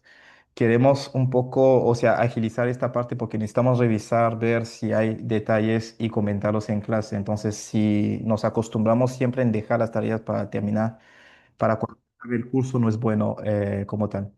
Así que los links ya están cerrados, los de la tarea uno y 2. Este se va a cerrar el lunes y el martes no se va a poder contestar, así que aprovechen el tiempo para poder contestar las tareas. Y esto con todos los cursos que estamos teniendo. Los links son válidos por una semana. Solo hemos dejado el primero por más tiempo porque la gente se fueron integrando después, pero para los siguientes tenemos 6, 7 días más o menos de validez. Amén. Vamos a cerrar este tiempo. Quisiera pedirle al pastor ministro Andrés Álvarez de Venezuela si puede hacer la oración para cerrar. Y los que se quieran retirar lo pueden hacer. Y los que se quieran quedar para las preguntas, vamos a quedarnos unos 15, 20 minutos más o menos. Pastor Andrés Álvarez, no sé si me escucha. Si puede hacer la oración final. Sí, sí, buenas noches. Buenas noches. Dios les bendiga. Amén. Oremos. Señor y Padre Celestial, te damos gracias en esta maravillosa noche, Señor, en la que hemos aprendido de tu palabra. Gracias, Padre, porque has nutrido nuestros corazones y nuestro entendimiento con tu maravilloso saber, Señor. Gracias, Padre, por el profesor. Gracias, Señor, por todos nuestros hermanos que están acompañándonos en esta noche. Bendíceles grandemente, Señor, y que cada día estemos presentes para esta hermosa clase. En el nombre maravilloso de Cristo Jesús. Amén. Amén y amén. Gracias, pastor. Gracias a todos. No sé si hay preguntas, como había muchos comentarios en el chat, pero si alguien tiene una pregunta y no se contestó, puede simplemente levantar la mano o abrir su micrófono y vamos a tomarlas. Quisiéramos tomar unos 15, 20 minutos por lo máximo, en caso de que haya preguntas. Si no hay, estaremos haciendo el cierre de la clase. Así que si hay preguntas, los escuchamos. Dudas, comentarios que tengamos, pastor. Profesor, el único sería Judas, ¿verdad? Él, Que menciona, dijo el Señor con su santa decena de millares, cuando cita a este libro que es muy mencionado ahora. sí, sí, sí. Pero ¿cuál es Él es la... el único. No, que digo yo, que él sería el único que llega a mencionar eso en el Nuevo Testamento, en su carta, que hace Ah, una sí. mención que Judas dice, vino el Señor con su, como dijo, ¿cómo es que dice el nombre de este séptimo Desde de Enoch, Adán? Enoch séptimo desde Ajá, Adán, ajá, exactamente. Que vino el Señor. sí, Sí, porque Judas hace mención de él, pues obviamente como dijo Enoch, séptimo desde Adán, que el Señor, se había el Señor venir sus santos ejércitos o sus miradas. Él hace mención de esto, pero cuando lo estudiamos después uno dice, pero no habla necesariamente del libro completamente. Entonces, no, algunos dicen, bueno, es que si él lo mencionó, entonces debe de aceptar el hecho de que el libro venga del Señor como tal, pero no necesariamente. Es más, el libro de Crónicas, el libro de Reyes y varios de los libros de que cuenta el relato de los reyes nos dicen, no está escrito el resto de los días de tal rey en el libro de las Crónicas de los Reyes o en tal otro libro, pero que no son libros que están en la Biblia, obviamente. Entonces, basándonos en otros criterios, decimos, bueno, el libro de Enoch, aunque Judas dice de él que él escribió, y es una porción que está realmente en su libro apócrifo, pero los demás criterios no aparecen necesariamente. Entonces, quizás lo usaban en aquel entonces como algo informativo, como algo para poder llenar su cultura y todo, no tanto como algo para afirmar que fuese parte del mismo canon de la Biblia, pues de la palabra del Señor. no. Pero gracias, gracias por el aporte, pastor. Gracias. No sé si hay algo más, alguna pregunta o comentario. Que en el chat eran principalmente aportes, confirmaciones. No sé si aquí abajo hubo más. Que si no hay preguntas ni comentarios, vamos a cerrar la clase. Nos vemos Dios mediante en la próxima sesión. Esto significa que todo esto, claro, así que gloria al Señor. Nos vemos en la próxima clase. El jueves tenemos liderazgo ministerial uno. Tenemos la tercera clase. Igual para los que no hicieron la tarea, el mismo miércoles se cierran los dos links, así que aprovechen para hacer las tareas para que no se cierre completamente la tarea. Y dos de liderazgo ministerial, uno. Y nos vemos el domingo para los demás con crecimiento espiritual. Que Dios les bendiga. Feliz semana. Feliz noche a todos. Amén. Para Bendiciones. todos. Bendiciones. Bendiciones. Bendiciones, buenas Dios noches les para todos. bendiga. Hasta luego. Amén. Muchas bendiciones. Bueno, Dios me lo bendiga sobreabundantemente a todos. Un abrazo. Feliz Amén. descanso. Amén. Igualmente. Amén. Gloria a Dios.